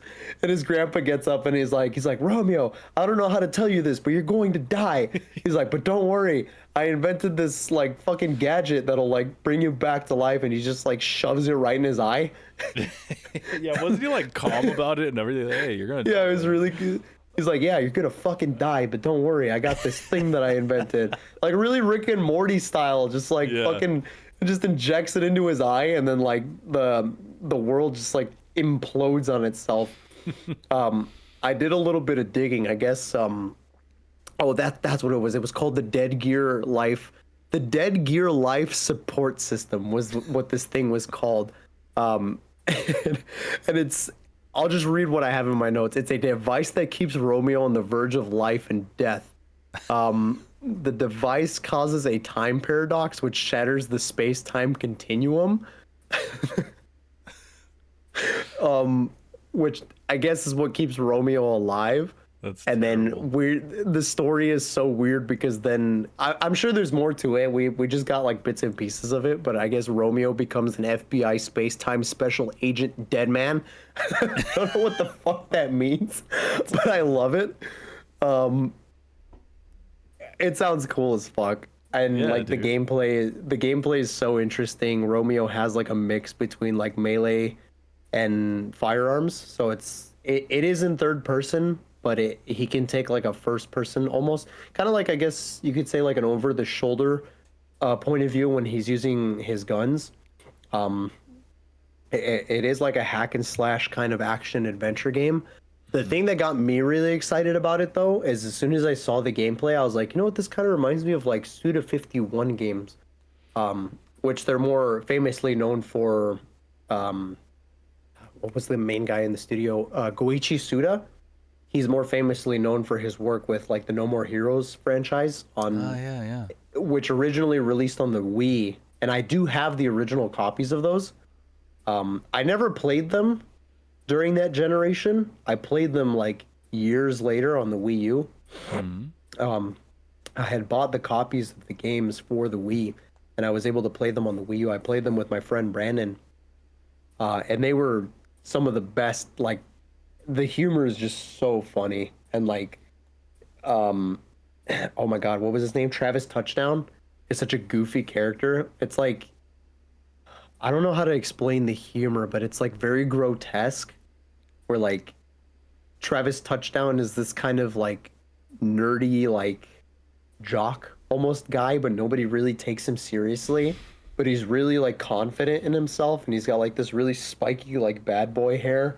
But he's like also like a nerd, and he's got like these body pillows and shit like throughout his room and like anime figures. So he's like, and he's really dirty. So like, yeah, it's that kind of humor, and like yeah, it's just like getting more of that with Romeo as a dead man. Like I can't wait for it. That's so cool. Yeah. So is he involved in this project, or is it's just giving you those kinds of No, vibes? it's giving me those kinds of vibes. This is its own IP. I guess after the No More Heroes franchise, Goichi Suda wanted to expand the action gameplay of his games like Travis Strikes Again and No More Heroes 3 on a larger scale, and that's what this project is for him. It's just Oh, more of that, but on a bigger scale, you know. sick, dude. Yeah, and I can't wait for it, dude. No More Heroes is some of the best times I've honestly had like playing games like that. It was so fun. No More Heroes 1 and 2. Yeah. I never got a chance to play the third one. That did come out on the Switch, but I never got a chance to play it. I'll have to go back and play it eventually. I did play Travis Strikes Again, which is it's kind of a weird game in the series because it's a spin-off and it doesn't play like the traditional ones. The traditional ones are more like hack and slash adventure games, um, where you kind of like you play in this like this hub world where you have like different mini games. The mini games are such a fun part of the main games as well, because you would go and play like these old or arcade style cabinet games. I remember one off the top of my head that was so funny. You have to make like hamburgers in this restaurant, and it's this really shitty 16-bit style like game, and you're serving your customers, and your customers can rate you on how well you make these burgers because you have to like cook the bun. No, you have to cook the meat for a specific amount of time, and if you don't cook it well enough, I remember it's such a funny like sound bit. The customers will throw the burgers back at you and you'll see it like flying at you in slow motion, and they'll say as they throw it, they'll say, "This tastes like shit." It's so funny. That's awesome. And like, yeah, the mini games were so fun because you could unlock, I forget what you unlock specifically, but you unlock things when you do them, so there's incentive to go do them. And you can do other mini games where like you can go work out at the gym as Travis, where you can have him do like squats or like push-ups and shit like that, or like pull-ups, and like that'll increase his stats, which will help you on your missions to be an assassin. Uh-huh. But yeah, you can like as a nerd, you can take him to the gym because he's really skinny and he looks really frail, but he's got like great combat prowess. So it's really strange to like, I guess that's where the confidence kind of like helps him, because he's just like his combat style is really like sloppy, but it works. Yeah. He's a really sloppy assassin, but it works for him in his favor. Did you happen to say when? Because I'm forgetting here. Remind me. Oh, Did they give you a release date for this game or not? from what I'm seeing, there's no official release date. Just Okay. again, released in 2026 Gotcha. at some point. As far as for platforms, it's going to be released on PlayStation 5, obviously, Windows PC, Xbox Series X and S, and Steam. Nice. I No do have it wish, Switch 2. not that I know of. I do have it wish listed on Steam, but I'm honestly probably going to get it for the PS5 because I think that's something I would enjoy playing on the couch, honestly. Yeah. Yeah, it sounds really fun. Like the first ones, do you have access to those on the PS5 that you know of? Because you said one of them came to the Switch, but No, they did. Oh, no. Actually, this is probably good news for you. They did remake them for the Switch. So you have access to No More Heroes 1 and 2. I think as a collection. I don't cool. they might have sold them separately. But yeah. 1, 2, and 3 and Travis Strikes Again are all on the Switch platform. Like the whole franchise is available to you on Switch. But then this upcoming one with Romeo, that one's as of right now. Yes. Yeah, on everything else besides the Switch. Gotcha. Okay. I wouldn't see why that wouldn't be a game that they would port for the Switch too. Yeah, at some point. It looks like it would be able to work on the Switch too, honestly. Yeah, my main takeaway is that I'm really excited because it's Suda 51. I recognized it immediately when I saw it. I was like, this is a Suda 51 game, and I knew it. and I'm so excited. I'm so happy that it is. That's awesome. I have no complaints about the game. I'm only excited for it. I'm I'm ready, bro. I'm Fuck so yeah. ready. Fuck yeah. Yeah. That's my take on Romeo is a Dead Man. I'm so fucking excited for it. Yeah, it looked hilarious, and I didn't realize it was the same, in the same vein as the No More Heroes No More games. Heroes. Yep. I remember hearing Go about those, and that the humor would be right up my alley if I gave it a shot. So yeah, Yeah. that's exciting. Go I'm gonna have to take a look. Goichi Suda. Yeah, I love No More Heroes, bro. It's Super such a dope, good man. franchise. Such a good franchise. I'm gonna have to take Really some notes on underrated. that. Really underrated. So you said it originally came out on the Wii. That's Yeah. where it was born. Mm-hmm. Did it have like the motion controls and all that shit too? Yeah, that's how you play it because Travis Touchdown, he has like a lightsaber katana sword thingy. It looks really cool, and like that's how you attack in the game is you swing your fucking like Sick. Wii remote. Oops, I just punched my microphone. Just say I heard something. Yeah, and then there's like quick time events shit too, where you're like you have to like swing up or down or to the side, or in a circle. So it's Sick. like you got elements of that in the game as well. That's fucking Love sweet. No More Heroes. Love that shit. Can't wait for Romeo's a Dead Man. Fuck yeah, dude. Trailer is so funny, bro. Just Yeah. rewatching it for this project was such a good time. Yeah, dude. That was I remember we I think we did a Discuster episode with when that was shown because I With remember that watching presentation. that. Yeah. Yeah. Yeah, it's fucking dope, man. And we've got the Game Awards coming up, which to me it's always more about the game reveals and trailers than the awards themselves cuz everybody deserves to be there. Everyone deserves to win usually in their category, and there's tons of other games that deserve it just as much, but yeah, for me it's always about the trailers and stuff, man. Let's see them games. Show me them Let's games. see them games. Fuck I know, yeah. man. Maybe we'll see more about these games that we're bringing up today. I fucking hope so, bro. Me too.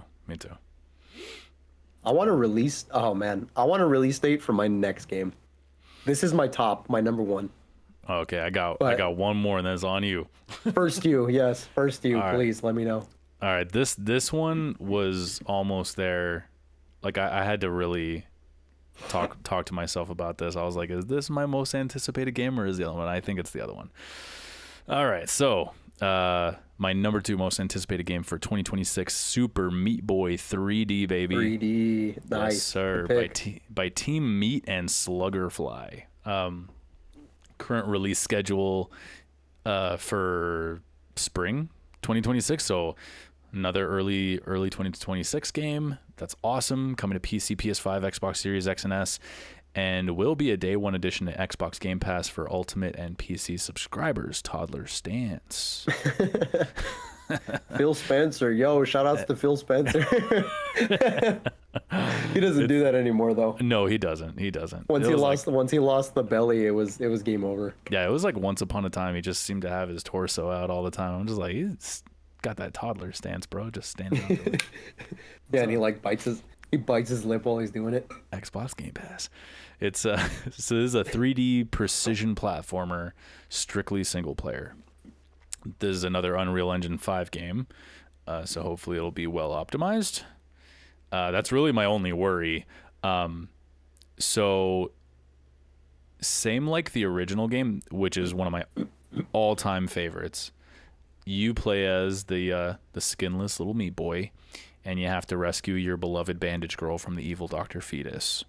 Mm-hmm. That's as much story as I need. Mr. Fetus, man, that's all you need. Yep. The diabolical little fetus, the old bastard. He's back again. Mm-hmm. Yep. Up to no good.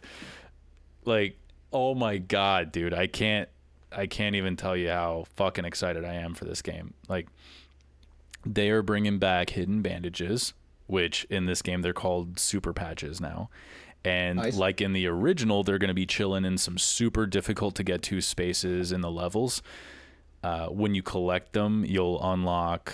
They're used to unlock other playable characters, which is awesome. I can't wait to see what other characters they're able to get for this game. Because in the first game, they got a bunch of little indie characters from other indie games. Like you could play as like Tim from Braid or Commander Video from Bit Trip. I do remember that. Yeah, Alien Oh, Hominid was in there. yeah, that's cool. Yeah, and then I'm pretty sure Brownie was specifically made for Super Meat Boy. But yeah, my favorite was Brownie. He's a living wad of shit. Yeah, he was the little poop. I Yeah, remember him. he looks exactly like Meat Boy, but he's brown and he's pissed off and he's a Yeah. piece of shit. Yeah.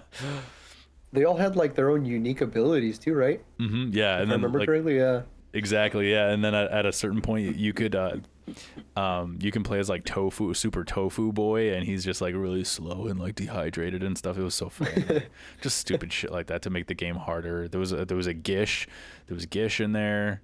Dude, unlocking the kid from a game called I Want to Be the Guy. Have you ever heard of that game? I remember. Yeah, I remember that game. It was like really fucking difficult.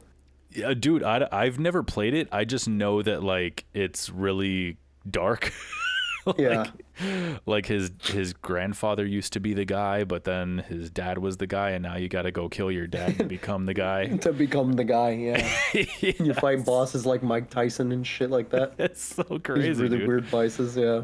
Yeah, but like unlocking the kid in Super Meat Boy was the most rage-inducing task I ever remember facing in a game.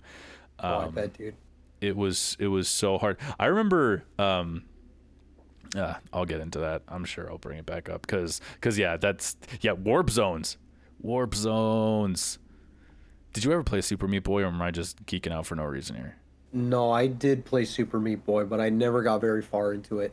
Okay. All I remember, so the thing I enjoyed most about Super Meat Boy was the soundtrack. And I still listen to that to this day. Nice. Yeah, I love that so much about Super Meat Boy. I was actually going to mention that that's probably what I'm most excited about for this one. The soundtrack. Yeah. That's pretty cool, man, cuz I liked the music in that game as well, but I do remember at that point in time that was one of those games where you can just kind of like listen to whatever the hell you want while you played it, and it really didn't make a difference.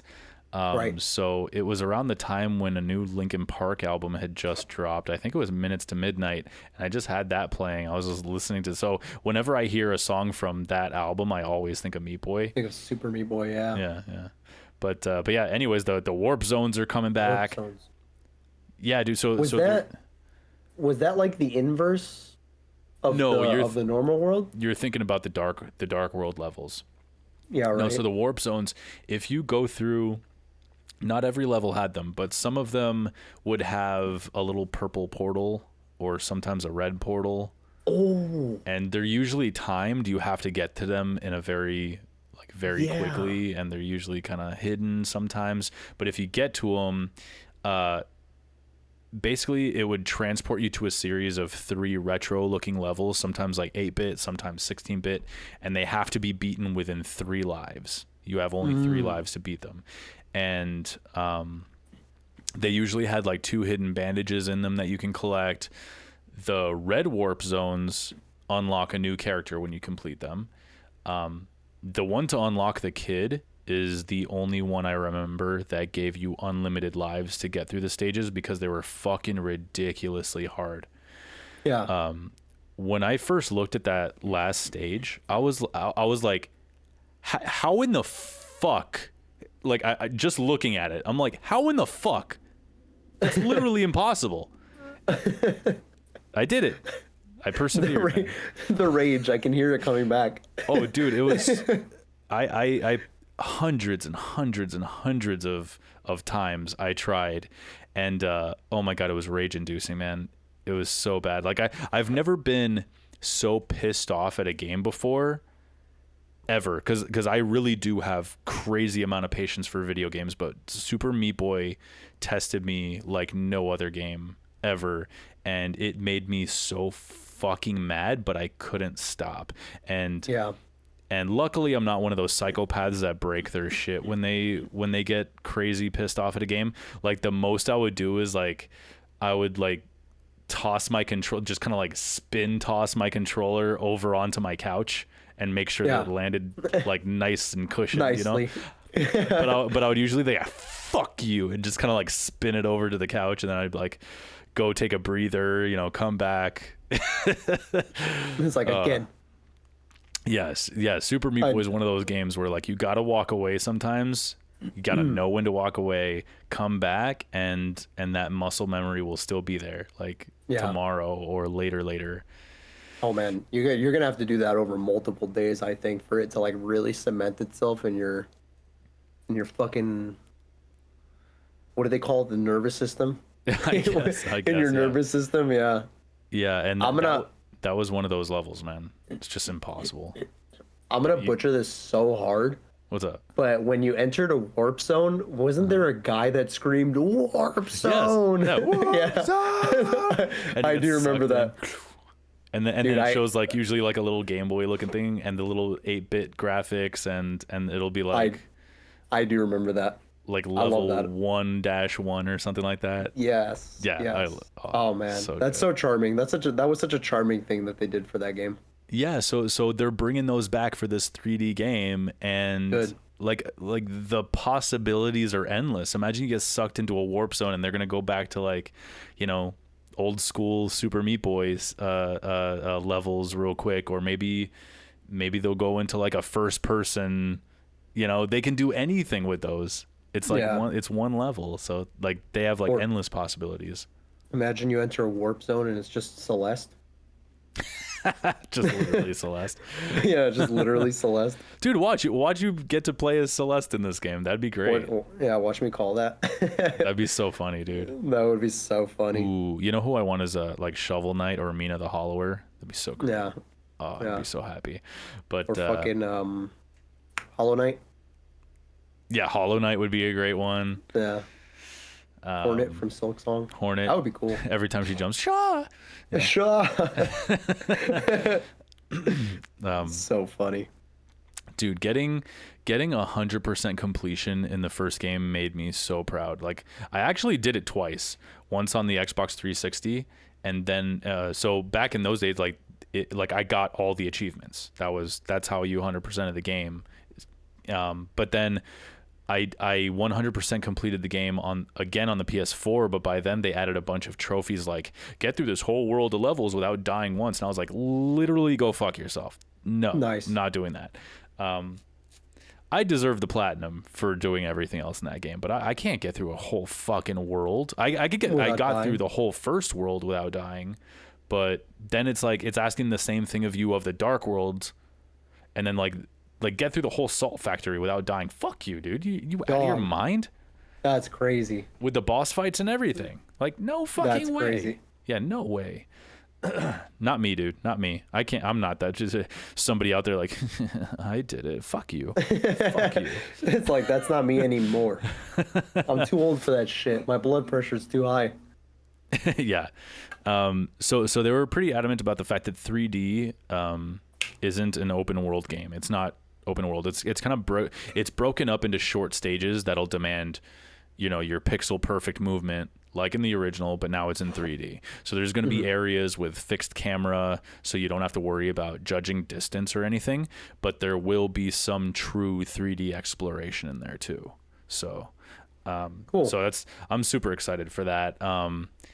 The point of the game is simple. Just get from the starting point to the exit. Easy, right?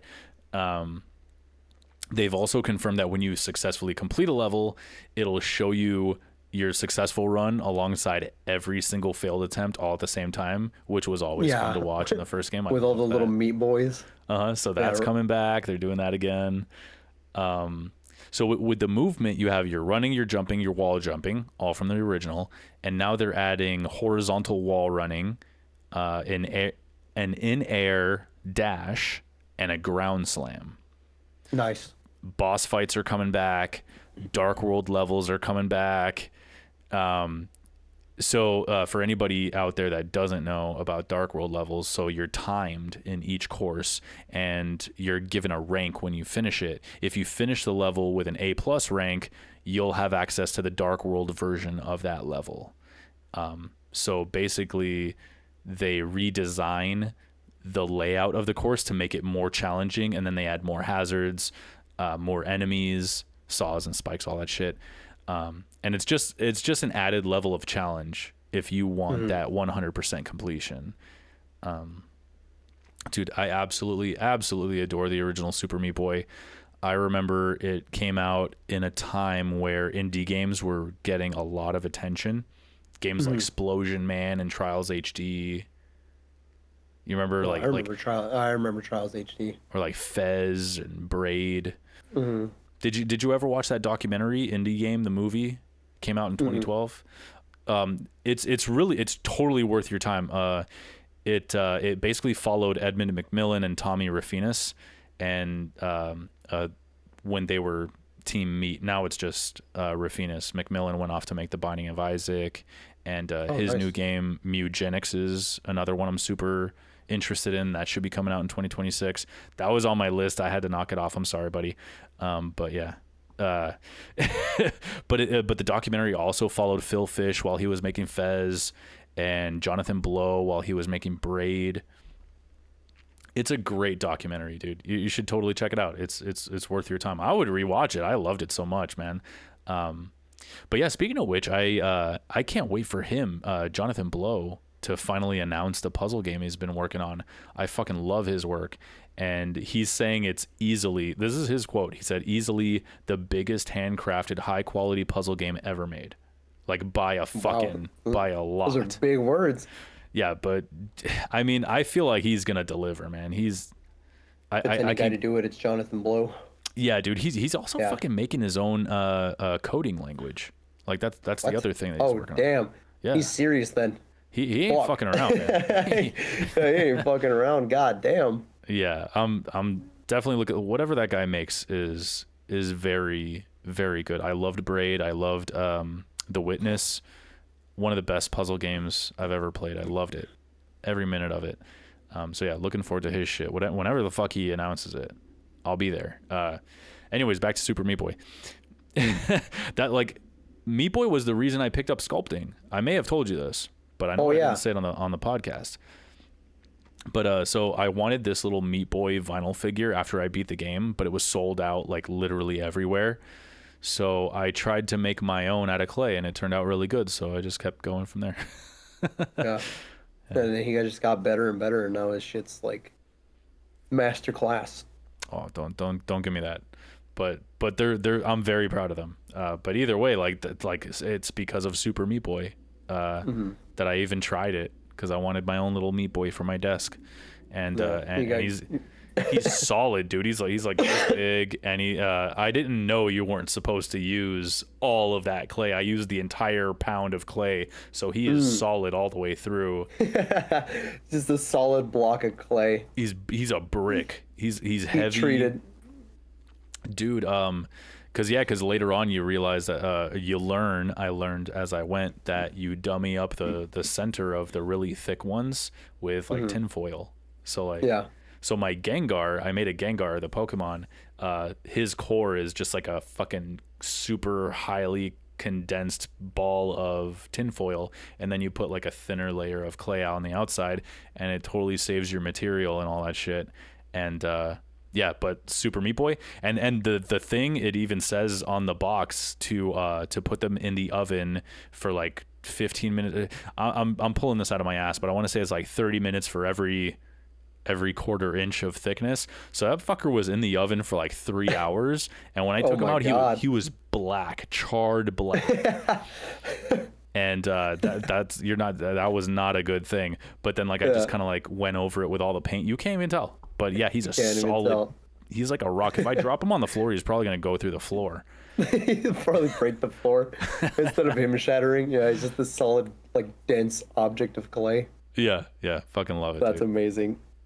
But yeah, so I know I've said this on many occasions that I need to be in the mood to get my ass kicked by a game, but when Super Meat Boy 3D comes out, I'm guaranteed going to be in that mood the moment I get my hands on it. I'm ready for some more Meat Boy, dude. I can't wait for this. This is a day one, no matter what. I don't give a fuck. Look, the testosterone is just gonna go through the roof, bro. I'm all over it, But yeah, I had no idea we were gonna be running this long. So let's jump back to you, man, because we both got one more game each. All right, my last game, and I'll try to keep this short if I can. I probably will, because there's not much detail about this one. Okay. Pragmata. Oh, Pragmata. That's your Yeah, most dude. anticipated game. That is my most anticipated Looks game. dope. It looks, It looks dope. It looks dope as fuck. I can't wait to see. So your main protagonists are Hugh and Diana. Diana being the little AI robot that kind of accompanies Hugh as he's like trying to survive this lunar space station that's like overrun by AI, rogue AI robots that are trying to just kill Hugh for some reason. And Diana is the only one there that isn't corrupted by whatever is going on. I really like the premise of it. It reminds me a little bit of Dead Space for some reason. Not in the horror aspect, but in more of the combat I and got like that combat vibe too. scenarios. Yeah, it kind of reminds me of Dead Space, and I fucking love Dead Space. Oh yeah, good shit. It is being developed by Capcom. As far as release dates go, I don't think there's anything. I know I've been saying this for everything. Nothing set in stone. Nothing solid. 2026. Yeah, nothing solid. Confirmed for PlayStation 5, Series X and S, Windows PC, and Steam. Good. They are using Capcom's proprietary RE engine to Very build this nice. game. It looks really fucking good when I watch the trailers, and like they released like a 15-minute gameplay trailer. Oh man, dude, it looks so fun. Hugh is kitted out with like a jetpack that allows him to dodge easier, as well as like kind of navigate the terrain around him, getting to high places or maybe like far away platforms that would be, you know, unreachable with just a normal jump. He can fight these AI menaces with a multitude of weapons. In the gameplay trailer, I saw the one that you get like in the short trailer that they showed. It was the little pistol that you have, and then there's even like in the gameplay trailer he had like a shockwave, which is basically like a shotgun. It's a futuristic shotgun, but it was a shockwave gun that has like It's so funny because Diana will even remind you of like she's like, oh, that can only be used in short distances. Like, don't try to use it. She's so cute, bro. I love Diana. She's adorable. I can't wait to see the dynamic between her and Hugh. Yeah. But yeah, like there's that weapon. Those are the only two that I saw. And then there's Diana herself, which she's a huge part of the combat. And I assume she's going to be a huge part of like maybe puzzle solving as you progress through the game. But she has this unique ability where she can hack into the AI system to kind of reveal weak spots in the armor. Because normally if Hugh tries to attack these things with his bullets, they don't work. They do like very minimal amounts of damage. So what you have to do first is hack the enemies to get these weak spots to be revealed, and then Hugh can do big damage by shooting them with his weapons. And they'll even have like I saw that there are these glowing areas which are blue, and some areas which are like an orange kind of color, and those areas do more damage, it seems, than just the blue areas. So yeah, you can either be more and they're usually like a smaller target too. So like you have to be more precise with your aiming. So you'll be given the option of you know, choosing the normal amount of damage or the extra damage if you're willing to take that risk. Yeah, that shit's gonna be really fucking panic-inducing during combat, because the hacking mini game kind of pops up and it's all happening in real time. It doesn't like freeze the action. Yeah, it does not freeze at all. Yeah, you have to do it panic-inducing. in real time, and like you can play as Hugh, you can still move around and like dodge, but you're limited to just that. You won't be able to attack. Attacking is futile unless you have these panels open, right? Like until like Diana's done hacking into these motherfuckers and like getting them to show the goods, basically. Yeah. So yeah, that's a really interesting mechanic. I'm really excited for that. We got to see glimpses of like little boss battles here and there. Those look really fucking cool as well. And then I'm just really excited to see how the story kind of just evolves as you play the game. You know, because it's like, you know, it's just a bunch of questions. Like this is you're stuck on a lunar research facility, researching this material that you can use to create things from like nothing almost, it seems like. And in the gameplay trailer, like the 15-minute gameplay trailer, it gave us like an extended look at the beginning when Diana first finds Hugh by himself. Hugh is kind of like in a critical state where he's almost kind of like dying, you know, like he's heavily damaged, and she uses this thing to repair him, these cells or whatever it is, whatever they're using to research on the lunar colony, she uses to repair his cells, and that heals him. Like he has like this big wound on his leg, and that's seemingly like just covered over because she uses these. So that's like an interesting part of the story. Like, what is this material? What exactly are they researching on this lunar research base?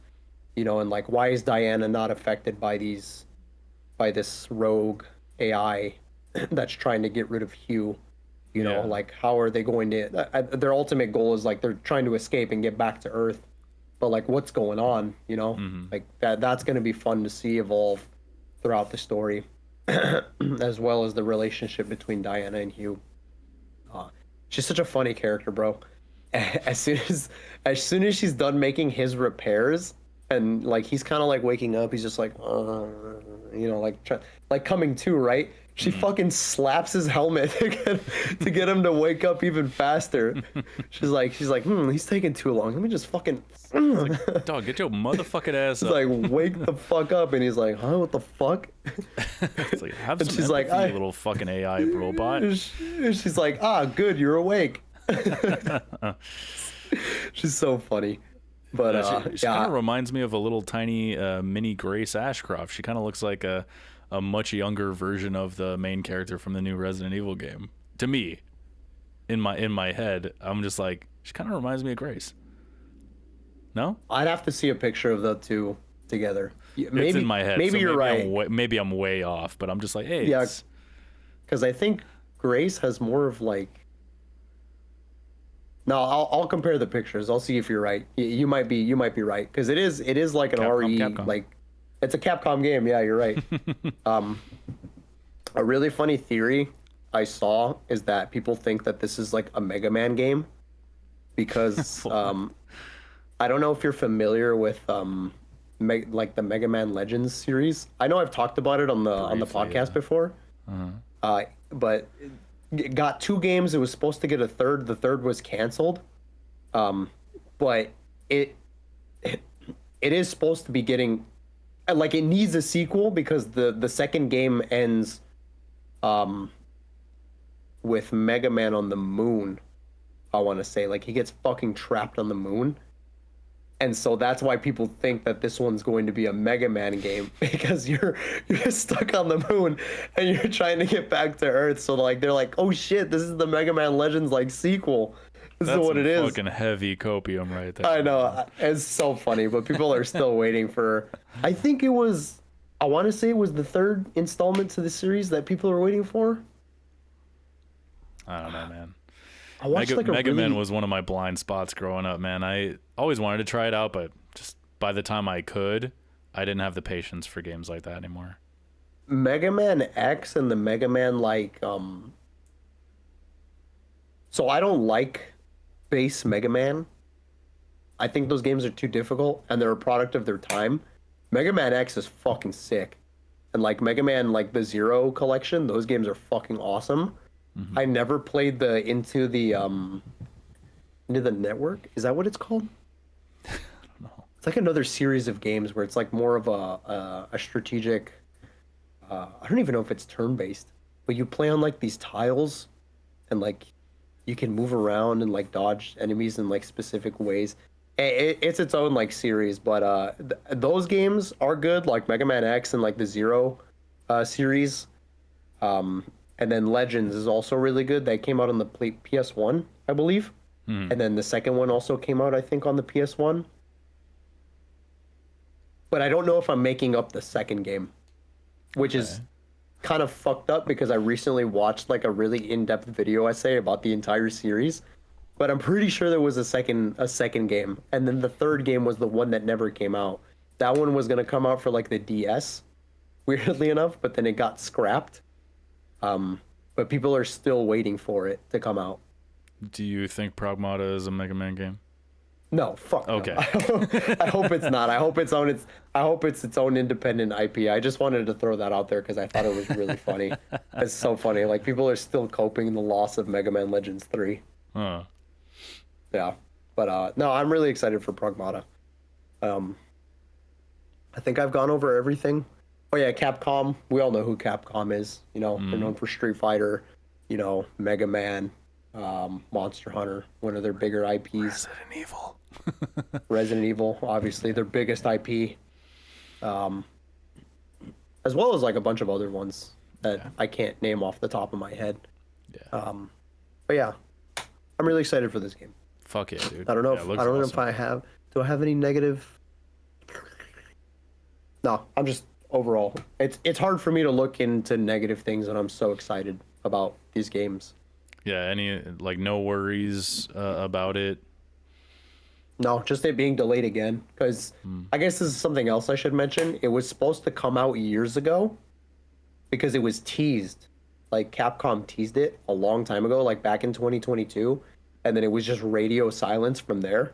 And then up until like 2025 is when we heard about it again. I should probably mention that it was on like a state of play. I don't think I put the date. I want to say it was like in July when we heard Sounds about right. Yeah, because we did a Discuster episode on that, I think, when they re-reviewed it, basically. In the same state of play that Romeo is a Dead Man came out, I think is when it also got like not released, but announced. Yeah. But yeah, I'm really excited. Fuck yeah, dude. I'm very hyped. Pragmata It looks awesome. looks really good. Yeah, that's probably my number one. I do have some honorable mentions that I would like to mention after your. Like, I won't go into detail about them at all, but I would like to mention some indie games that they're not confirmed to be released in 2026. It's like to be determined. Okay. But there are some games. Yeah, there are some games that I would like to give a quick shout out just because they're indie games and like if I don't give them their justice, people won't hear about them. I feel you. Okay, yeah. I'll try to get through this last one pretty fast because I'm pretty sure everybody knows exactly what I'm going to say here.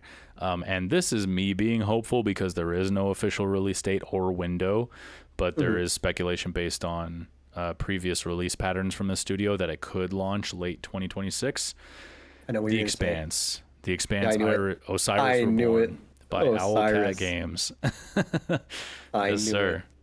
So, Owlcat Games. It's coming to PC, PS5, Xbox Series X and S. It's a third-person action RPG, very heavily inspired by Mass Effect. They're also using the Unreal Engine 5, so those same worries about good optimization apply here. So I'm not familiar with Owlcat's work, but I'm a fan of The Expanse. I just finished reading all the books and the novellas. I watched the show.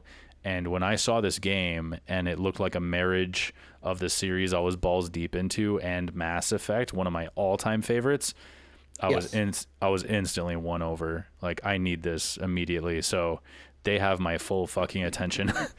So naturally I looked into Owlcat and I'm really excited for this. They're really big on character build variety and giving you plenty of opportunities to alter the story through your choices. I love that type of shit. I heard that Warhammer 40K Rogue Trader gives you a good idea of what they're capable of. So it looks like they're venturing into the the third-person RPG action shooter for the first time. This is like the first time they're going this direction, so never know how it turns out. But so the story is original, but it does run parallel to what happens in the first two books or the first 2.5 seasons of the show. You get to create your own captain. You can make them male or female, an earther, Martian, or a belter. And which one you choose affects how other people around the solar system will interact with you. So there's a lot of prejudices and stuff throughout The Expanse, so that'll be present in here. And So you start off as a Pinkwater security merc on Eros Station when shit hits the fan. No spoilers for anybody who doesn't know. So in the game, you steal a ship from Protogen, and then you're flung into a solar system-wide conspiracy.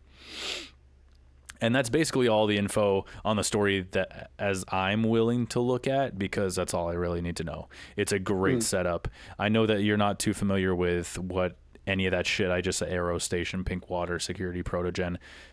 It's all like any Expanse fans will be like, oh shit, that's a pretty good setup right there, I think. So one of the most exciting aspects of this game is that it's like what comes next once it's out. Since Owlcat said that it's very Mass Effect inspired, I wonder if they're going to continue the story into another game that parallels the next couple of books, and maybe our choices carry over from this one to the next. There is no confirmation, but if this game hits, man, I can see that being a reality, and that excites me so much, because not many, I can't even think of a single one that's done it since Mass Effect. All your choices from the first one matter in the second one, matter in the third one. It's like fucking awesome, and nobody does that. So it would be so cool if the Expanse did. Yeah. And that universe is built for that exactly, I think. 100%. To have a system like that implemented into the game. Yeah, that'd be so cool, man. So I'm very excited about future prospects for these guys, but they've confirmed that you'll encounter familiar faces and locations from the series, which is super fucking exciting. The actors from the show will apparently reprise their roles in here, any ones that do make an appearance. I hope my boy Miller is one of them. Everybody wants to see Miller, I know it. Also Amos, Bobby, Avasarala, Fred fucking Johnson, Kamina Drummer. Dude, I'd be so fucking stoked if any of them are in there. The more the better, though, obviously. Honestly, yeah. So your ship is called the Gemini, which is appropriate since your character has a twin sibling, and the Gemini will be like your very own Rocinante or the Normandy in Mass Effect, where you can just go chat up your crew, start your missions from there. You'll have two people with you in your combat squad while your other crew members assist you from the ship with shit like hacking and giving you directions and all that shit.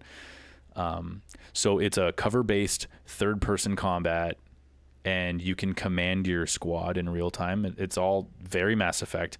They've confirmed 0G battles where you have to manage your momentum and use your mag boots. So that's going to be fucking sick. So cool.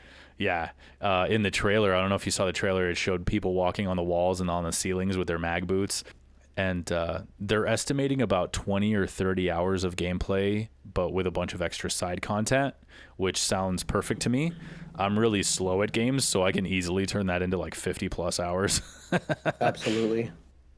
The only thing that's a bit of a bummer is that they said that there won't be any ship-to-ship combat or manual piloting of the Gemini.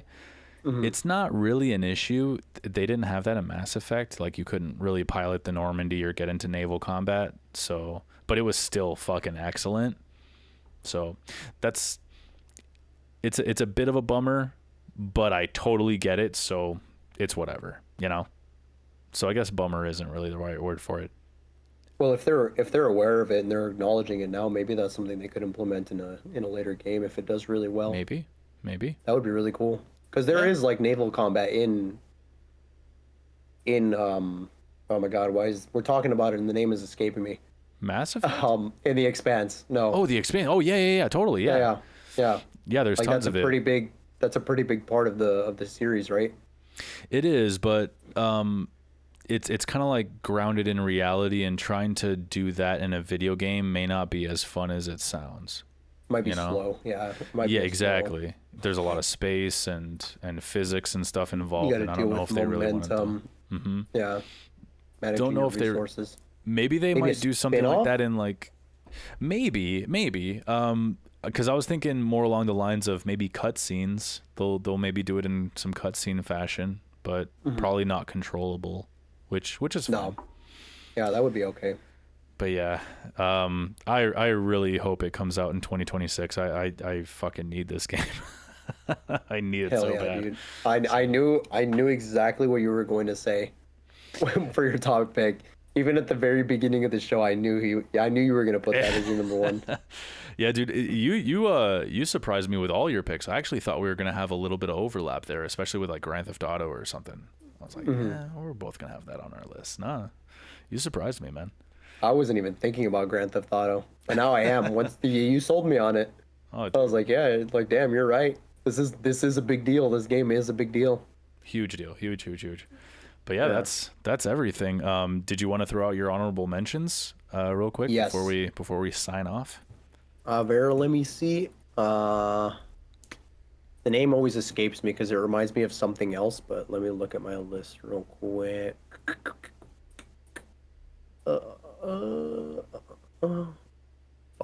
While you're looking Mouse, at you, go Mouse ahead. PI for Hire. Oh yeah, that one looks dope.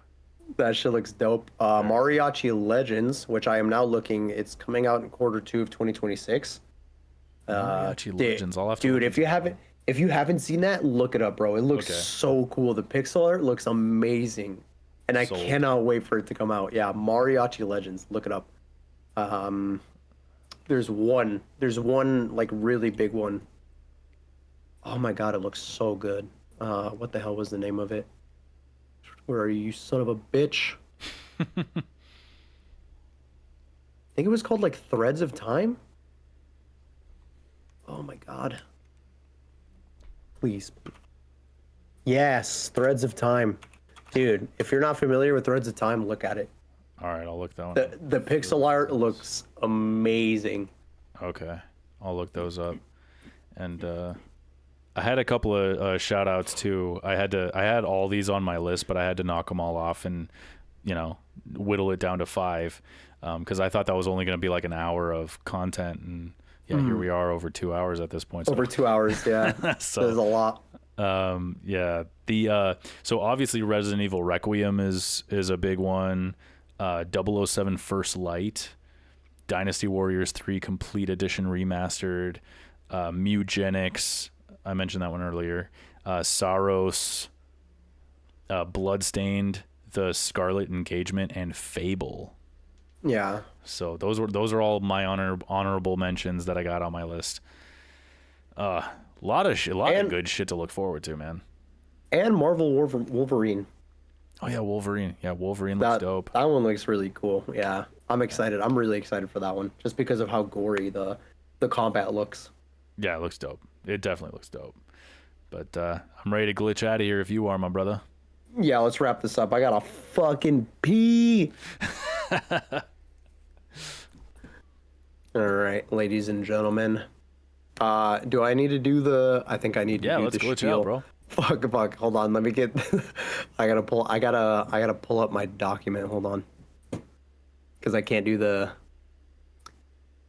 without reading it. I don't have it on the top of my head yet.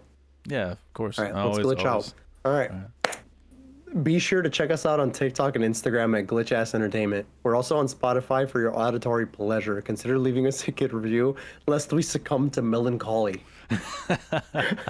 Like, subscribe, and hit the bell icon to stay informed on more glitch ass content. Till next time, keep gaming and glitching, folks. See ya. Bye bye.